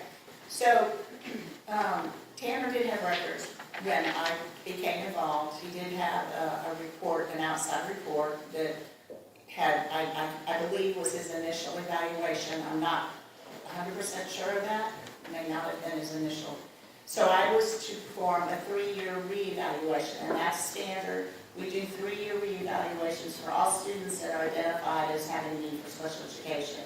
It's, so in theory, like if a child has a learning disability, they get a 3-year reevaluation because the hope and the goal is that the student's deficit disability would be put closer to his intellectual ability, so then he wouldn't have the need for special education services. And likewise, a student that might have a behavioral disorder or an emotional disorder, let's say their family provided, a lot of intensive therapy, and the student's emotions got better and they were no longer acting out. Now, autism is a little bit different because it's not really like autism goes away. So you would still have your basic team reevaluate, your speech pathologist, your occupational therapist, and your LSSP. Okay. So with regards to the evaluations that you gave, what did your evaluation look like? Okay, wait, don't talk over. We gotta have one at a time, okay? Go ahead, Ms. Anderson. You're doing fine, Mary. What did your evaluation look like? Typically, whatever records you have, you would review those first. So he came with a previous evaluation, and he was already in special education services. So we have some records based on the teacher reports, what his behavior had been like, what were continued concerns, and then we always contact a parent to see how things are going. So we look for more background information. We use what's already known, and then we go to the new teachers or present teachers and get information, not just from the one teacher, but from several teachers, so you know how the student is doing in the different environments. Because then, if there was trouble in certain environments, then we would want to look at why was there trouble in certain environments. So you try to get a good sampling, and then it involves observations. What do you mean by observations? Observing the student? In the classrooms. So we would actually go into the different classrooms and observe the students, see what their interactions were like, and add that to the report. Then, And I had one follow-up question with that. Was it just in the classrooms that you did the observations, or did you observe them in any other aspect in the school? that's a good question. Lunch is often a place where students are observed. Physical education, but it's a classroom, I guess. That's another, and outside recess is a very big one where we like to observe students' interactions. Why is it important to observe interactions in the in the lunchroom or at recess? There's less structure, and the students can really relate in a more normal environment than like a typical peer would do. So you want to just see simple things like, do they have good motor skills? Are they running, with a good gait? Are they uncoordinated? Are they standing off by themselves? Or are they interacting with anybody? And if they do interact with somebody, what does that look like? Does it look friendly? I mean, you can't hear them. I mean, I'm not like, well, you're not right on top of them. But you might get a sense of, is there some sense of cooperation or, I don't want to say friendship, because friendship is different, but some sense of the ability to be with others in a positive way. Did y'all have do any independent testing or anything like that? The actual testing, that the speech and language therapist always pulls a student and does an individual. Occupational therapy pulls and does an individual. The school psychologist typically pulls and does an individual. But that looks a little different with a student that has language, because it opens up a lot of more options for you to use. We often use rating scales, or you would ask questions and the student would rate how that made him feel, like, oh, it made him a little happy, a little not happy, or very unhappy. And those kinds of things. And we would use things called incomplete sentence stems, where you read the first part of a sentence and then you have them fill it in with their words. So that we could kind of get a sense of kind of what's on the top of their memories or their brain, or how they look at the world and how they're relating to it through their answers. And with regards to all of these evaluations, do you ever have any one-on-one with the student and discuss their behavioral issues with them? Sometimes, you don't always, in my position, sometimes I would, but not always. It depends, again, what you're looking for, what you're trying to elicit or get a clearer understanding of. There are a couple of very standardized assessment tools that we use also for autism. One is called the ADOS. I do not use that with Tanner. I was not trained at the time to use the ADOS. Did you have any other testing that you did with Tanner? I did all verbal. It was all of the verbal interview formats, besides the interviewing of teachers, parents, or grandmother. It was the grandmother interview, and doing the observations. So it sounds like this is a pretty intense evaluation. It's not just, a couple hours here and you're done. Sounds like it takes a long time to actually do a complete evaluation. It does. Typically speaking, how long does it take to finish this evaluation? A really good question, but you really can't answer it. Some that are pretty easy can take, haven't thought of that in a long time. 10 hours versus 30 hours. I mean, it just really varies. Mary, I want to talk to you now specifically about Tanner. What kind of evaluation were you doing for Tanner? I was providing a 3-year reevaluation looking specifically at autism. Are these 3-year reviews different from the initial assessments? They may be a little less comprehensive. Would you still have had the one-on-one time with him? Yes. Would you still have used the question and answers that you talked about? Yes. Would you still have done the student observation? Yes. Would you still have spoken with any of the collateral witnesses? Collateral witnesses, the teachers and the grandparents, yes. Yes. And I use the term collateral witness, so I was, exactly, the teachers, family members. Or even sometimes a vice principal, if the student had a lot of behavior infractions, they would spend a lot of time in the office, I would get that information as well. You said earlier that you had spoken with his grandmother. What was his grandmother like, if you can recall? You know, I don't recall meeting her in person, we talked on the phone. I remember she was concerned, just concerned. Did you ever have the opportunity to meet Tanner's mother? I did not. Were you able to determine at that point if there was any male role model in Tanner's life? Not that I was aware of. Now,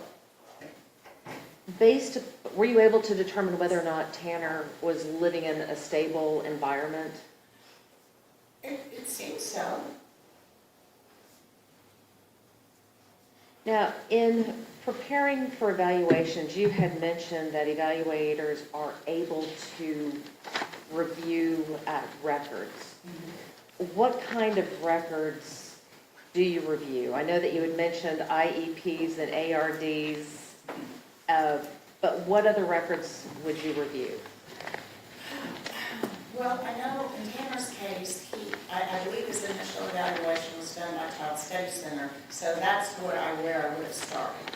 Okay. And then I would have looked at recent teacher reports and got started from there.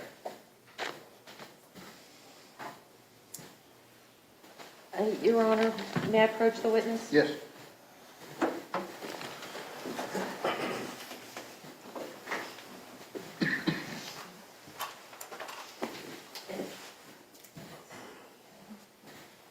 Mary, I'm going to hand you what has been admitted into evidence as defense exhibit number 69.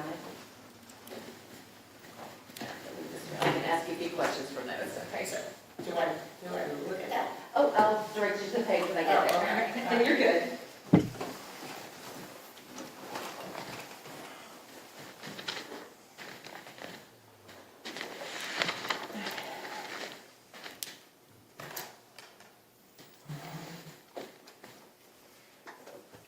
What I wanted to ask you was, based upon your evaluation, based upon your observations, based upon your interviews with the family members, speaking with the teachers, speaking with vice principals, and reviewing the records, did what you see in your evaluation, did that corroborate what you found in the records?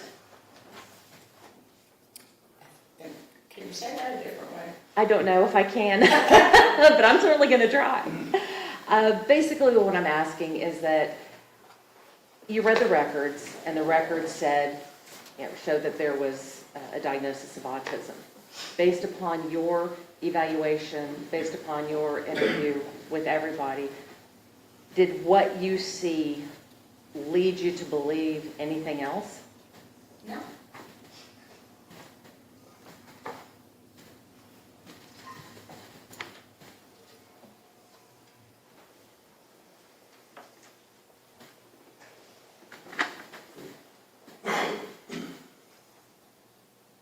Can I get there? Now, Mary, if you would please turn to page 49 of that document.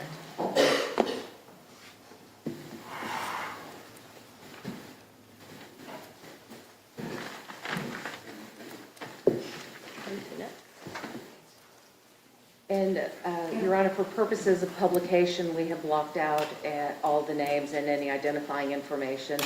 The document that Mary is looking at is not redacted. Understood. Judge, do you mind, can I borrow the court's copy or? Sure. Thank you. I just want to follow along. Hang on, let me find it for you.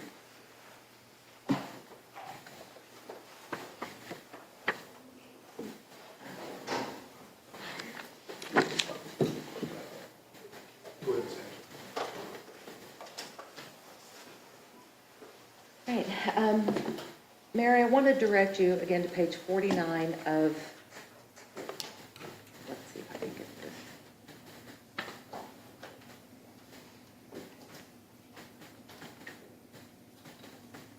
Oh, that didn't help. Okay.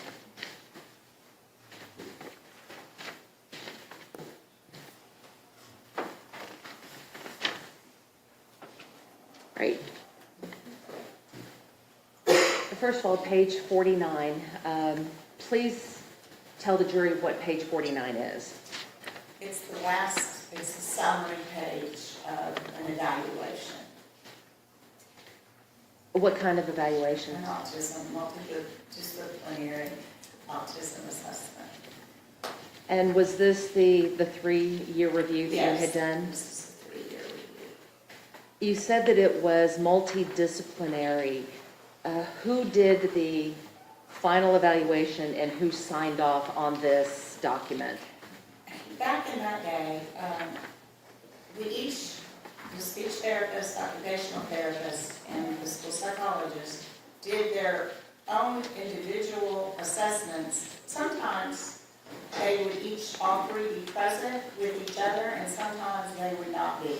But we would always collaborate together and talk about our assessments and the consistency and what was similar or maybe what was different. So that this is only signed by me because this particular one was just the assessment that I did. Now in the R paperwork or the IEP, everyone that were evaluators would sign that form. I want to talk a little bit about the deficits that were noted in your report. You spoke about social deficits and lack of appropriate communication. What do you mean by lack of appropriate communication? So I should have been more descriptive at that time. Again, Tanner has language and he's able to communicate.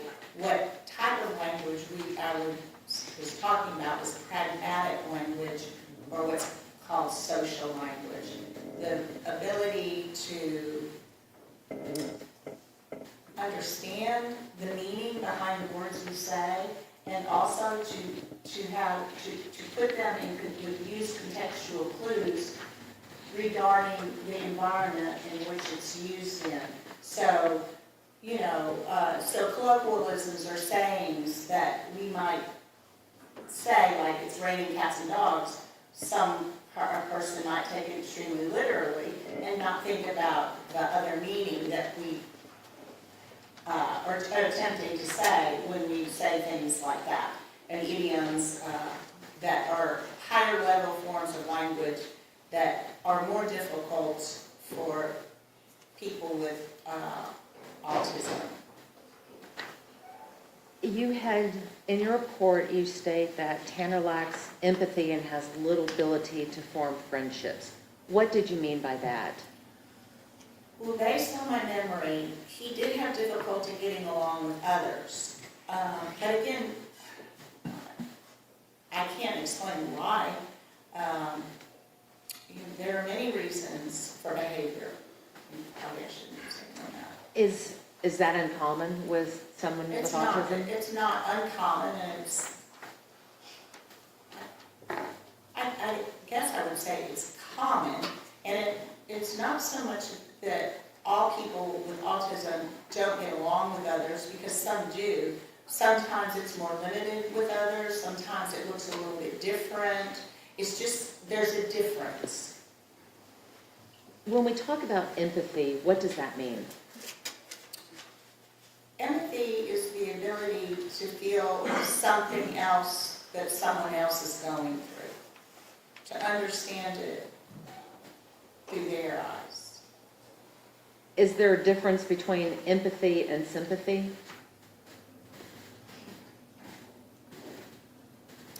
I believe there is a difference, yes. Sympathy is feeling sorry for, or empathy is feeling those feelings within yourself and understanding them on a more comprehensive level. So when you say that someone lacks empathy, what does that look like? In this circumstance, for Tanner and for many students on the spectrum with social deficits in this area, it would just mean it was more limited. He or she would not stop to think about how his behavior might be affecting them, or he or she may not stop and understand that the way maybe his look or his lack of a look made a person feel or do something else. Again, that connection between the way we behave or our mannerisms affect others. I don't think I answered it. I'm not really sure. Let's try it again. I thought that was a perfect answer. All right, so you had noted that Tanner's ability to use language is not impaired, but the affective and relational aspects of his communication is significantly below what one would expect. I was speaking about the pragmatic deficits, which was the social language. Again, we as human beings, we pick up a lot through intrinsic ways, by observing others or hearing others or watching others. And so pragmatic language is not necessarily taught. It is inferred and it is learned through, if you have an ability to socially relate or socially understand. So that's what I meant by it's more limited. We talk about poor eye contact. Why is that important in a diagnosis or in evaluation? It's just another behavioral symptom that can tend to be common. It can, the eye contact is typically more limited, or it can be, we often say it's fleeting. Sometimes they have eye contact, sometimes they don't. So it's just a more typical symptom of autism.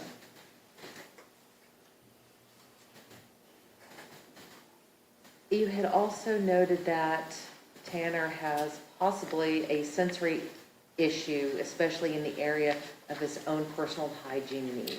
What did you mean by that? Well, I do remember that, and this is not uncommon for boys his age at the time, but his grandmother, I think, was concerned about he didn't really want to take showers, or he wasn't maybe using deodorant. I don't remember exactly, but again, that's can happen to many young males that are learning about our body changing. Although, should I say a little more now? Oh, go ahead.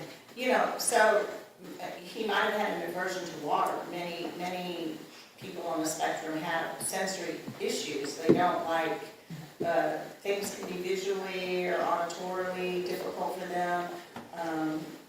The lighting, too much noise, sometimes water, sometimes getting a haircut, sometimes lots of different little things can cause sensory issues. And I don't remember anything besides the personal hygiene.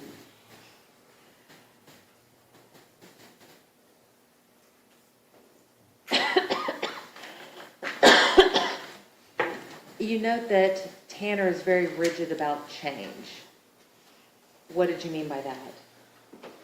Again, that's a fairly common symptom. I wish I had put more explanation about that. But transitions, changing from even classroom to classroom, or maybe from doing a preferred activity to a non-preferred activity. In schools that happens a lot because teachers are constantly having to change whatever they're trying to teach at the moment.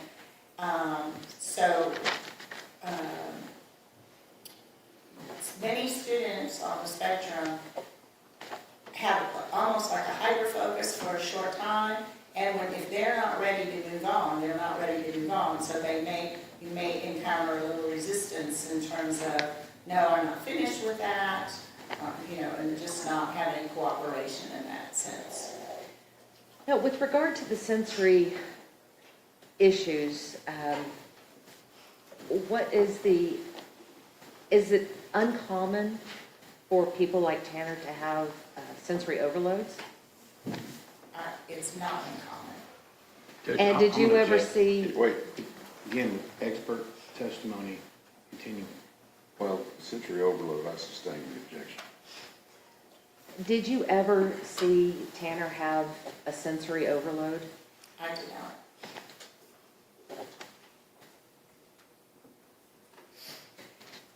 Now, based upon your evaluation, you had noted that Tanner continues to exhibit a mild form of Asperger's disorder. What do you mean by mild? Well, first of all, now we don't call it Asperger's, that was changed, it's just part of autism. And now it is categorized by the severity level, 3 levels of severity. And so Tanner's severity would have been 1. Now, at that time, his severity level was like a 1 because he was able to function in a regular education environment with some special education support. So that, and go out and, order a burger possibly, or do what we would expect all of us to do. Doesn't look different, he doesn't exhibit the flapping or the staring or any of the more unusual when you move up the levels. Is a mild form of autism still autism? It is.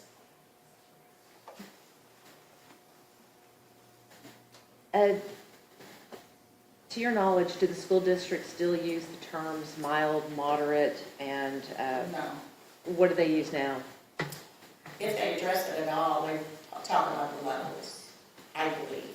I've been retired 5 years, but.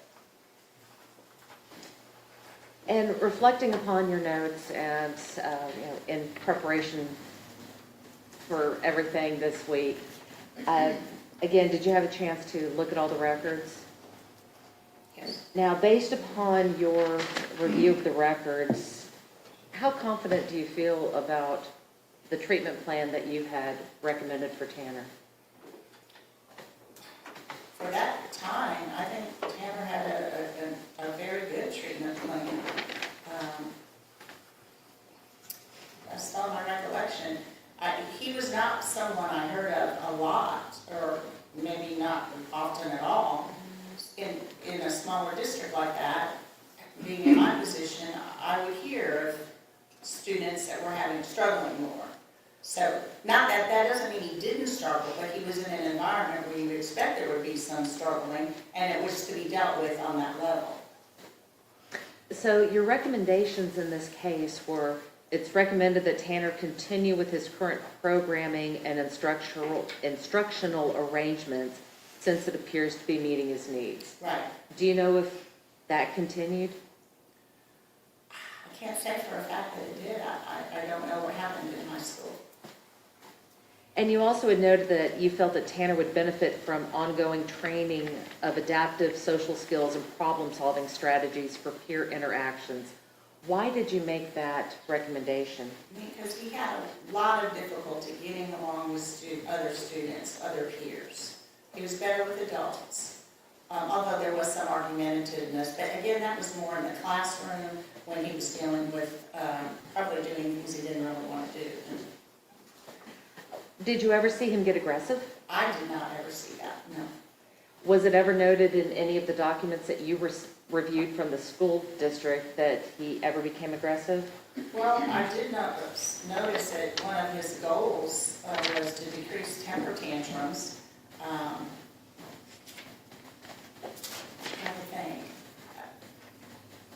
There might have been something said about decreased aggression, but it wasn't clearly defined what that looked like. Now, you had mentioned overload and you just mentioned tantrums. Based upon your observations, can those look the same? Overload and tantrums look the same? Can one lead to the other?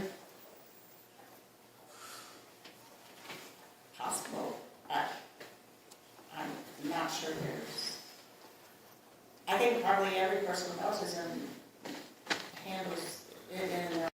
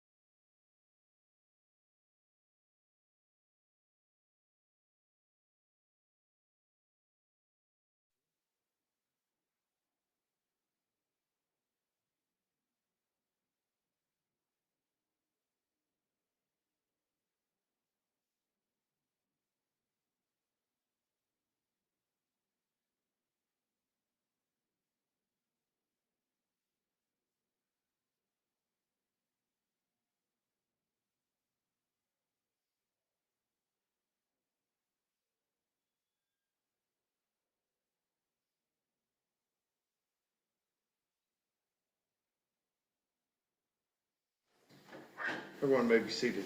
We are ready to proceed, Mr. Stanton, cross-examination. Thank you, Your Honor.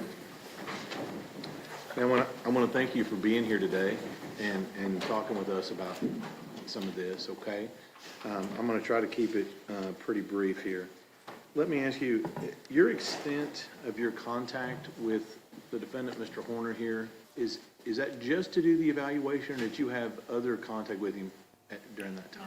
Typically, a school psychologist would just go in for an evaluation. Well, I shouldn't say typically. Every district is different. In this circumstance, I would go in for the evaluation, do all the pieces, write up the report, go to the art meeting, and that would be the end of it. Unless there was more reasons brought to my attention that I needed to be involved. And that did not happen in Tanner's case. So you saw him essentially just the one time? Little snapshot. When you say one time, I mean, I did the observations. I mean, it was within a small time frame compared to, a whole school year or anything like that. Yes, ma'am. Let me clarify with that. You saw him, which you needed to see him to do this 3-year reevaluation. Exactly. That's correct? Correct. Okay. And that had several parts, and we've talked about that. Right. Okay. And you said that after that, you did all the report, and we've looked at this up here. So as a result of that, the first thing on here is it says he has a mild form of Asperger's disorder, okay? And you said even under current standards, that would be like you say level 1? Is that what you said? I So- believe it would be level 1. So still mild? Compared to the continuum, yes. Right, okay. I mean, and we understand it's a spectrum, but on the far end of one end of the spectrum, correct? Correct. Okay. And so in the school, we talked about a lot of these records. Now, truthfully, ma'am, you didn't actually write up all these records, right? No.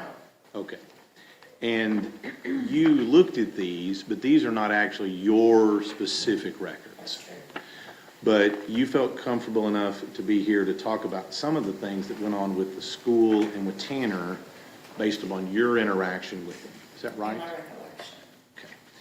And so in this case here, and even though you just had that and had that interaction with him, your words earlier were that he was bright. Now, I think that's what you said, right? I tried to change it a bit. Bright enough to function in a general education classroom. Okay. I don't remember what his IQ was and any of that. It was sufficient, so I misused the word bright. Okay. And that's fine, but your definition was, when you used that term, was that he was able to be in a normal classroom. A general education classroom. Okay, I'm going to try to use the terms, okay? So he was able to be in a general education classroom? Yes, sir. Okay. I said normal. That's fine. I Okay, understand. all right. And so as part of that, you said he still needed some support from the school, correct? And that, to your recollection, he got that support from the school. Once he was in special education, yes. Right. And then up and through when you did your 3-year review, he maintained that, As far as I remember, yes. but still in a general education classroom. I don't remember that part. I don't know how much special education he was still involved in. It could have continued all the way through high school. I don't have any memory of that, or that wasn't addressed in any of the records. Okay. That, at least that I saw. But based on what you're saying here, it wouldn't surprise you if he graduated high school normally. Well, no, it wouldn't surprise me when you say normally, you can still graduate from high school and you have a lot of special education support. But But I through, don't know what that looked like. You're right. Yes. now, during this time, it's my understanding that you had some contact with his grandmother. Is that right? That's right. And at that point in time, was that your point of contact It for was him? with the family. It was. I understood No, go ahead. that his mother was in and out of his life, and that did cause him a lot of the grandmother felt like that was a big trigger for his emotions.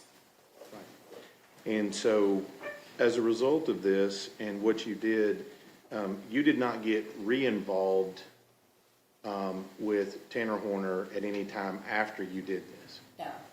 And I think you said that he was, and I'm gonna use one of my terms here, is he really wasn't on your radar in the school. That's true. Okay, because you said there were some kids that you would, I think you said you would hear about.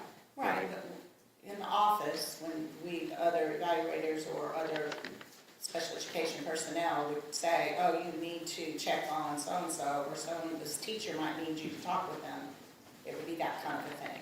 Right. And he wasn't on that. Not that I recall. And so we worked through this. You talked about some of the records here. Do you remember in here, you said he was getting behavior improvement? The class? Yes, he was getting some form of behavior improvement training. They were supposed to be providing social skills supports and training in the behavior improvement classroom. That's part of the program. Okay. And to your knowledge, based on this, was he receiving those services? Based on the program's standards, that's what should have been happening. All right. And then you also said he had additional services outside the home, The in-home training, in addition to whatever he got in school. correct.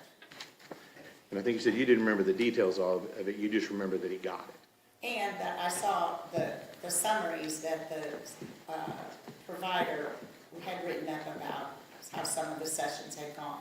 Okay. All right. And so, all right.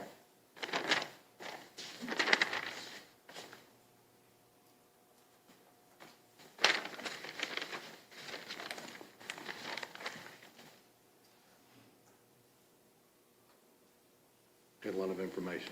Forgive me here.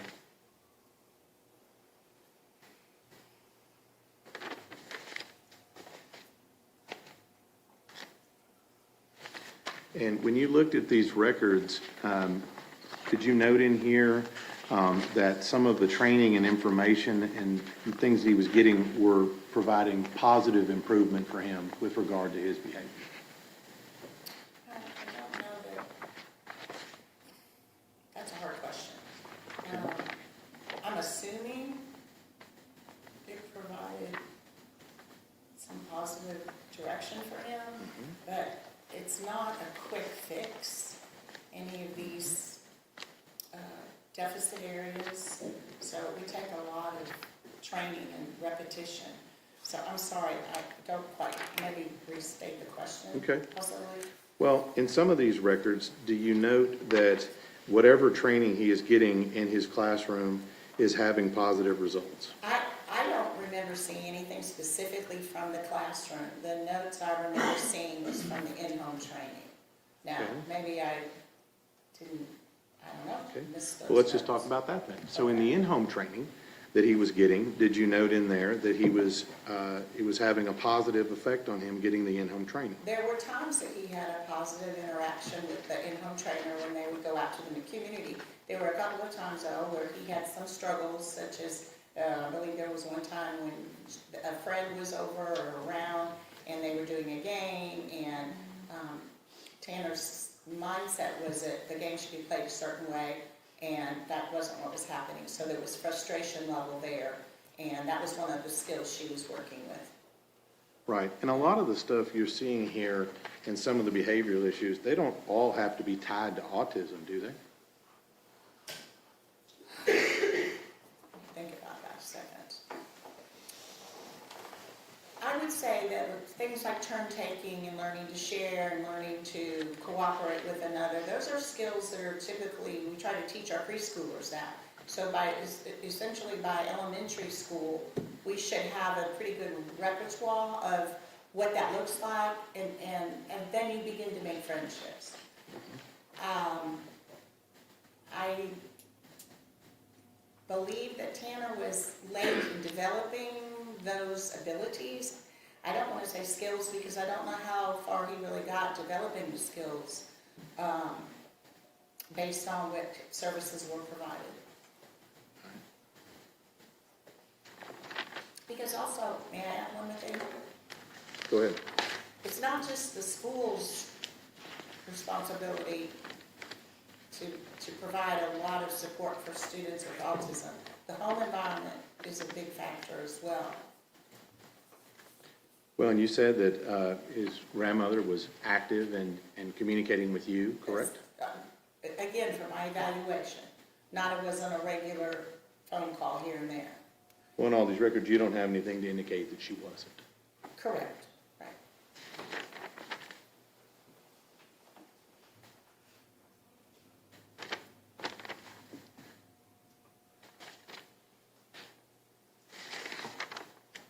Last thing I'm going to talk to you is you talked a little bit about lack of empathy, right? Yes. And lack of empathy doesn't always exist in individuals with autism, does it? It looks different. They do. Many people with autism have empathy, but it may look different. So it's not really an all or nothing. It's more of a some do, some don't. But there's other things that could cause that, personality disorders, oppositional defiant disorder. There's other things that would cause some form of lack of empathy, right? Well, I didn't have knowledge that those were factors that I would need to consider or look at the time. Okay, but you'll agree with me, there's other conditions besides autism that could cause that. Can cause trouble with Lack of empathy, if it exists. I agree. So what it, and I just want to summarize here, what it seems like here is that at Azle ISD, they were providing him the services, to the best of your recollection, through the time that you quit seeing him, that he needed at that time, based on your recommendation. Not based on my recommendation, based on that that's the law, and they, for him to continue to receive those services, he had to have a need. So there was obviously still a need, so he was still receiving services to some degree. What degree that was, I can't talk about that because I don't know. But at this point in time, he had you doing an evaluation in your capacity. He had a speech therapist Should have, working with him. yeah, He had a special classroom working to help him. yes, He had in-home stuff also working to help him. right. And I think you said there was another possible professional in there besides the ones I Well, listed? I mentioned an occupational therapist, but I don't, there's nothing about that in the records, but that's one of the standard assessments typically. Just, it sounds like to me that he had a whole team working for him in school. Is that right? I believe he did. That's witness, Sean. Redirect, and you may redirect. Thank you, Your Honor. Mary, I just wanted to clarify a few things. When you talk about the evaluation that a school district does for a student, is that a 20-minute check the box and go, or is it an extensive evaluation? Well, every evaluation is different depending upon what you need to provide the data necessary to meet the criterion for the disorder or the disability. So, some are quicker than others. Autism is not typically a quick, easy evaluation. Well, when you do an evaluation for autism, what is it that you're looking for? You're looking for deficits in 3 areas. And what are those 3 areas? First areas, Judge, I'll object. She's again providing expert testimony. She's not been designated as an expert to provide that testimony. All right, objection's overruled. You may have a running objection. Go ahead. You talked about the 3 areas. I What can were those answer. areas? Language, social relating and emotional responses, and then sensory and specialized interests. What is it about those specific areas that why is it important to look for deficits in those areas?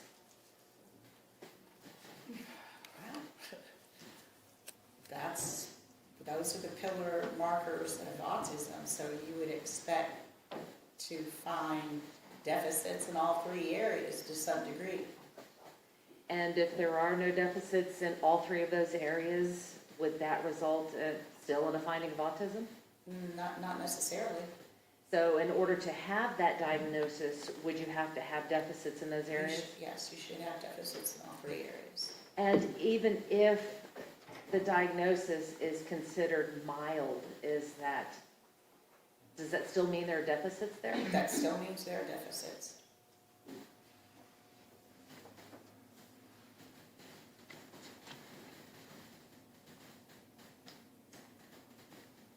When we talk about students with autism, what type of symptoms would you expect to see in those students?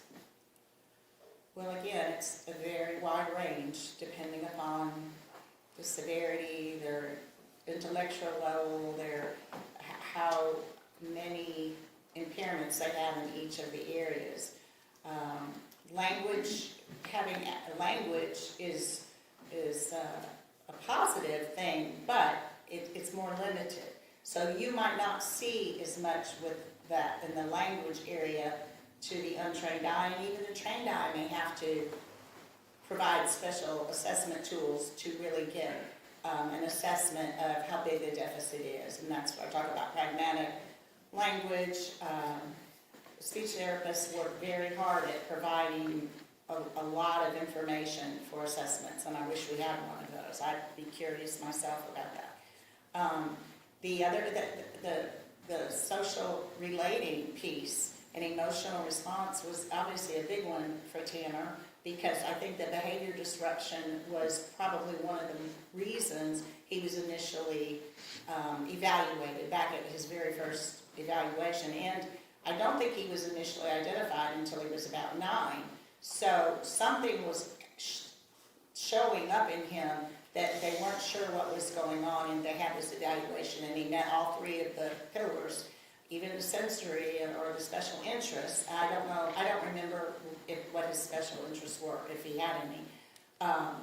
So he did meet that eligibility. So there was something going on that was significant enough that he did meet that criteria, and not until he was 9. But that is not that unusual for people's language. Their behaviors can be misunderstood, and it can look like oppositional defiance, but maybe there's something driving that behavior. Well, let's talk about oppositional defiance. During your evaluation of Tanner, did you diagnose him with oppositional defiance disorder? No. Did you diagnose him with any personality disorder? No, but that was not my task. My task was to look at a 3-year reevaluation specifically for autism. If you had seen anything that could lead to a diagnosis of ODD or personality disorder, is that something that you would have noted? Yes, if I saw anything that led me to believe it wasn't autism, but also some of those conditions are not easily identified until the student or a person is a little bit older in life. Oppositional defiant disorder, they're usually consistently oppositional and defiant, not just in this environment and not in that environment. It's a pretty global behavior. So if someone has oppositional defiance disorder, you would tend to see it would be a common occurrence. It would be very common, I believe. I'm not an expert in that disorder. Okay. Then I won't ask you any other questions on ODD. Okay. But you had talked previously about sensory overloads. Yeah. Explain to the jury what a sensory overload is. Well, again, sadly, we don't really have any, at least documentation, or I don't have a memory of what Tanner had sensory-wise, but I know in general, there are many sensory indicators that students struggle with, and that can be you know, the visual, the lights, the hum of the speakers. It could be just too much action going on in the classroom, which is very common. It could be, that's why we also do a lot of observation in the PE, physical education, and in the lunchroom, because there's a lot going on in those environments. And students can get very agitated in those environments if they have deficits in the sensory area, if they get overloaded with that kind of, with those issues. Well, with regards to noise overload, is it uncommon in your experience to have people who are autistic like music? Oh, that's not uncommon. And music can get loud. So how would you be able to reconcile playing, you know, loud raucous music and versus having a sensory overload due to noise? Well, again, I'm not an audiologist, but I believe it makes sense that it gets into a different part of the brain. If there's an interest an autistic person has in a particular thing, could be music, they might get even, they might need more input from that particular, whatever, like, I'm trying to think of, OTs would say that some students need extra pressure because they just lack that, they need that. So it could be that a person that is super interested, had a high interest in music, could listen to it in a loud volume, but yet they, in a classroom of, you know, tapping and pencils moving or people clearing their throat and the lights and the hums, it's a different sensory load. It addresses a different part of the brain.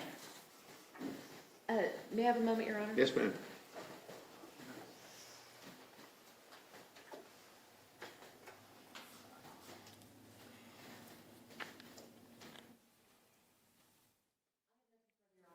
Mr. State.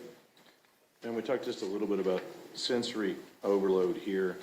You're not saying that you didn't test Tanner for that. You don't know anything about if he's affected by that. Right, and that's typically the occupational therapist who looks at sensory issues. And that, you said, it could be things you said within a classroom and things of that nature. Could be in a classroom, could be in the lunchroom, PE room, and the art room. It could be at many places.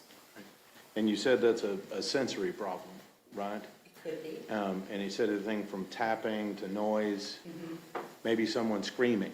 Well, someone screaming, you would think would be a little, You would think would create some form of sensory issue. I don't know that I can answer that. I was thinking, focusing on educationally, what would be some sensory issues that would impair him. And the last thing I'm going to ask you about, in the first couple of pages, you've got your records there in front of you, right? And even as, I'm going to turn you to page, I think it's the fourth page in here. Back in 2002, there's a note even as far back as 2002 where it says behavior reported by parents. You see that on there? Page 4 Yeah, the fourth page, and I think what you have. is the checklist. Yeah, it looks like this. 10-2-02, behavior assessment intervention plan. Oh, yes, that's good. And it says here, behaviors back in 2002 reported by parents, quick to anger, is that right? Yes. And then also reported by school staff, quick to anger. Yes, he does. And then as we flip through these pages, you'll agree with me after your review, there's several indications where that Tanner has indicated even as far back as 2002 that he's got anger issues. Correct. Pass the witness, Your Honor. Ms. Anderson. Is it uncommon for people with autism to be quick to anger? Again, every person with autism is different, but I would say it's not uncommon. Nothing further, Your Honor. Mr. State. Nothing further, Your Honor. May this witness be excused? It's fine No with the state. objections. Thank you, ma'am. Leave those there.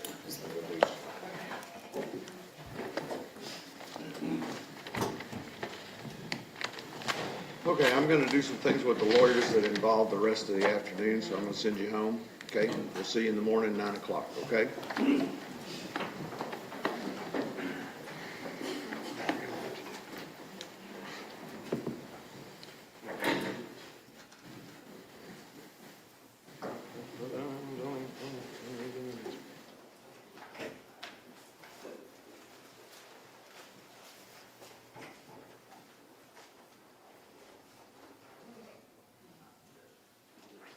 Yeah, we're done.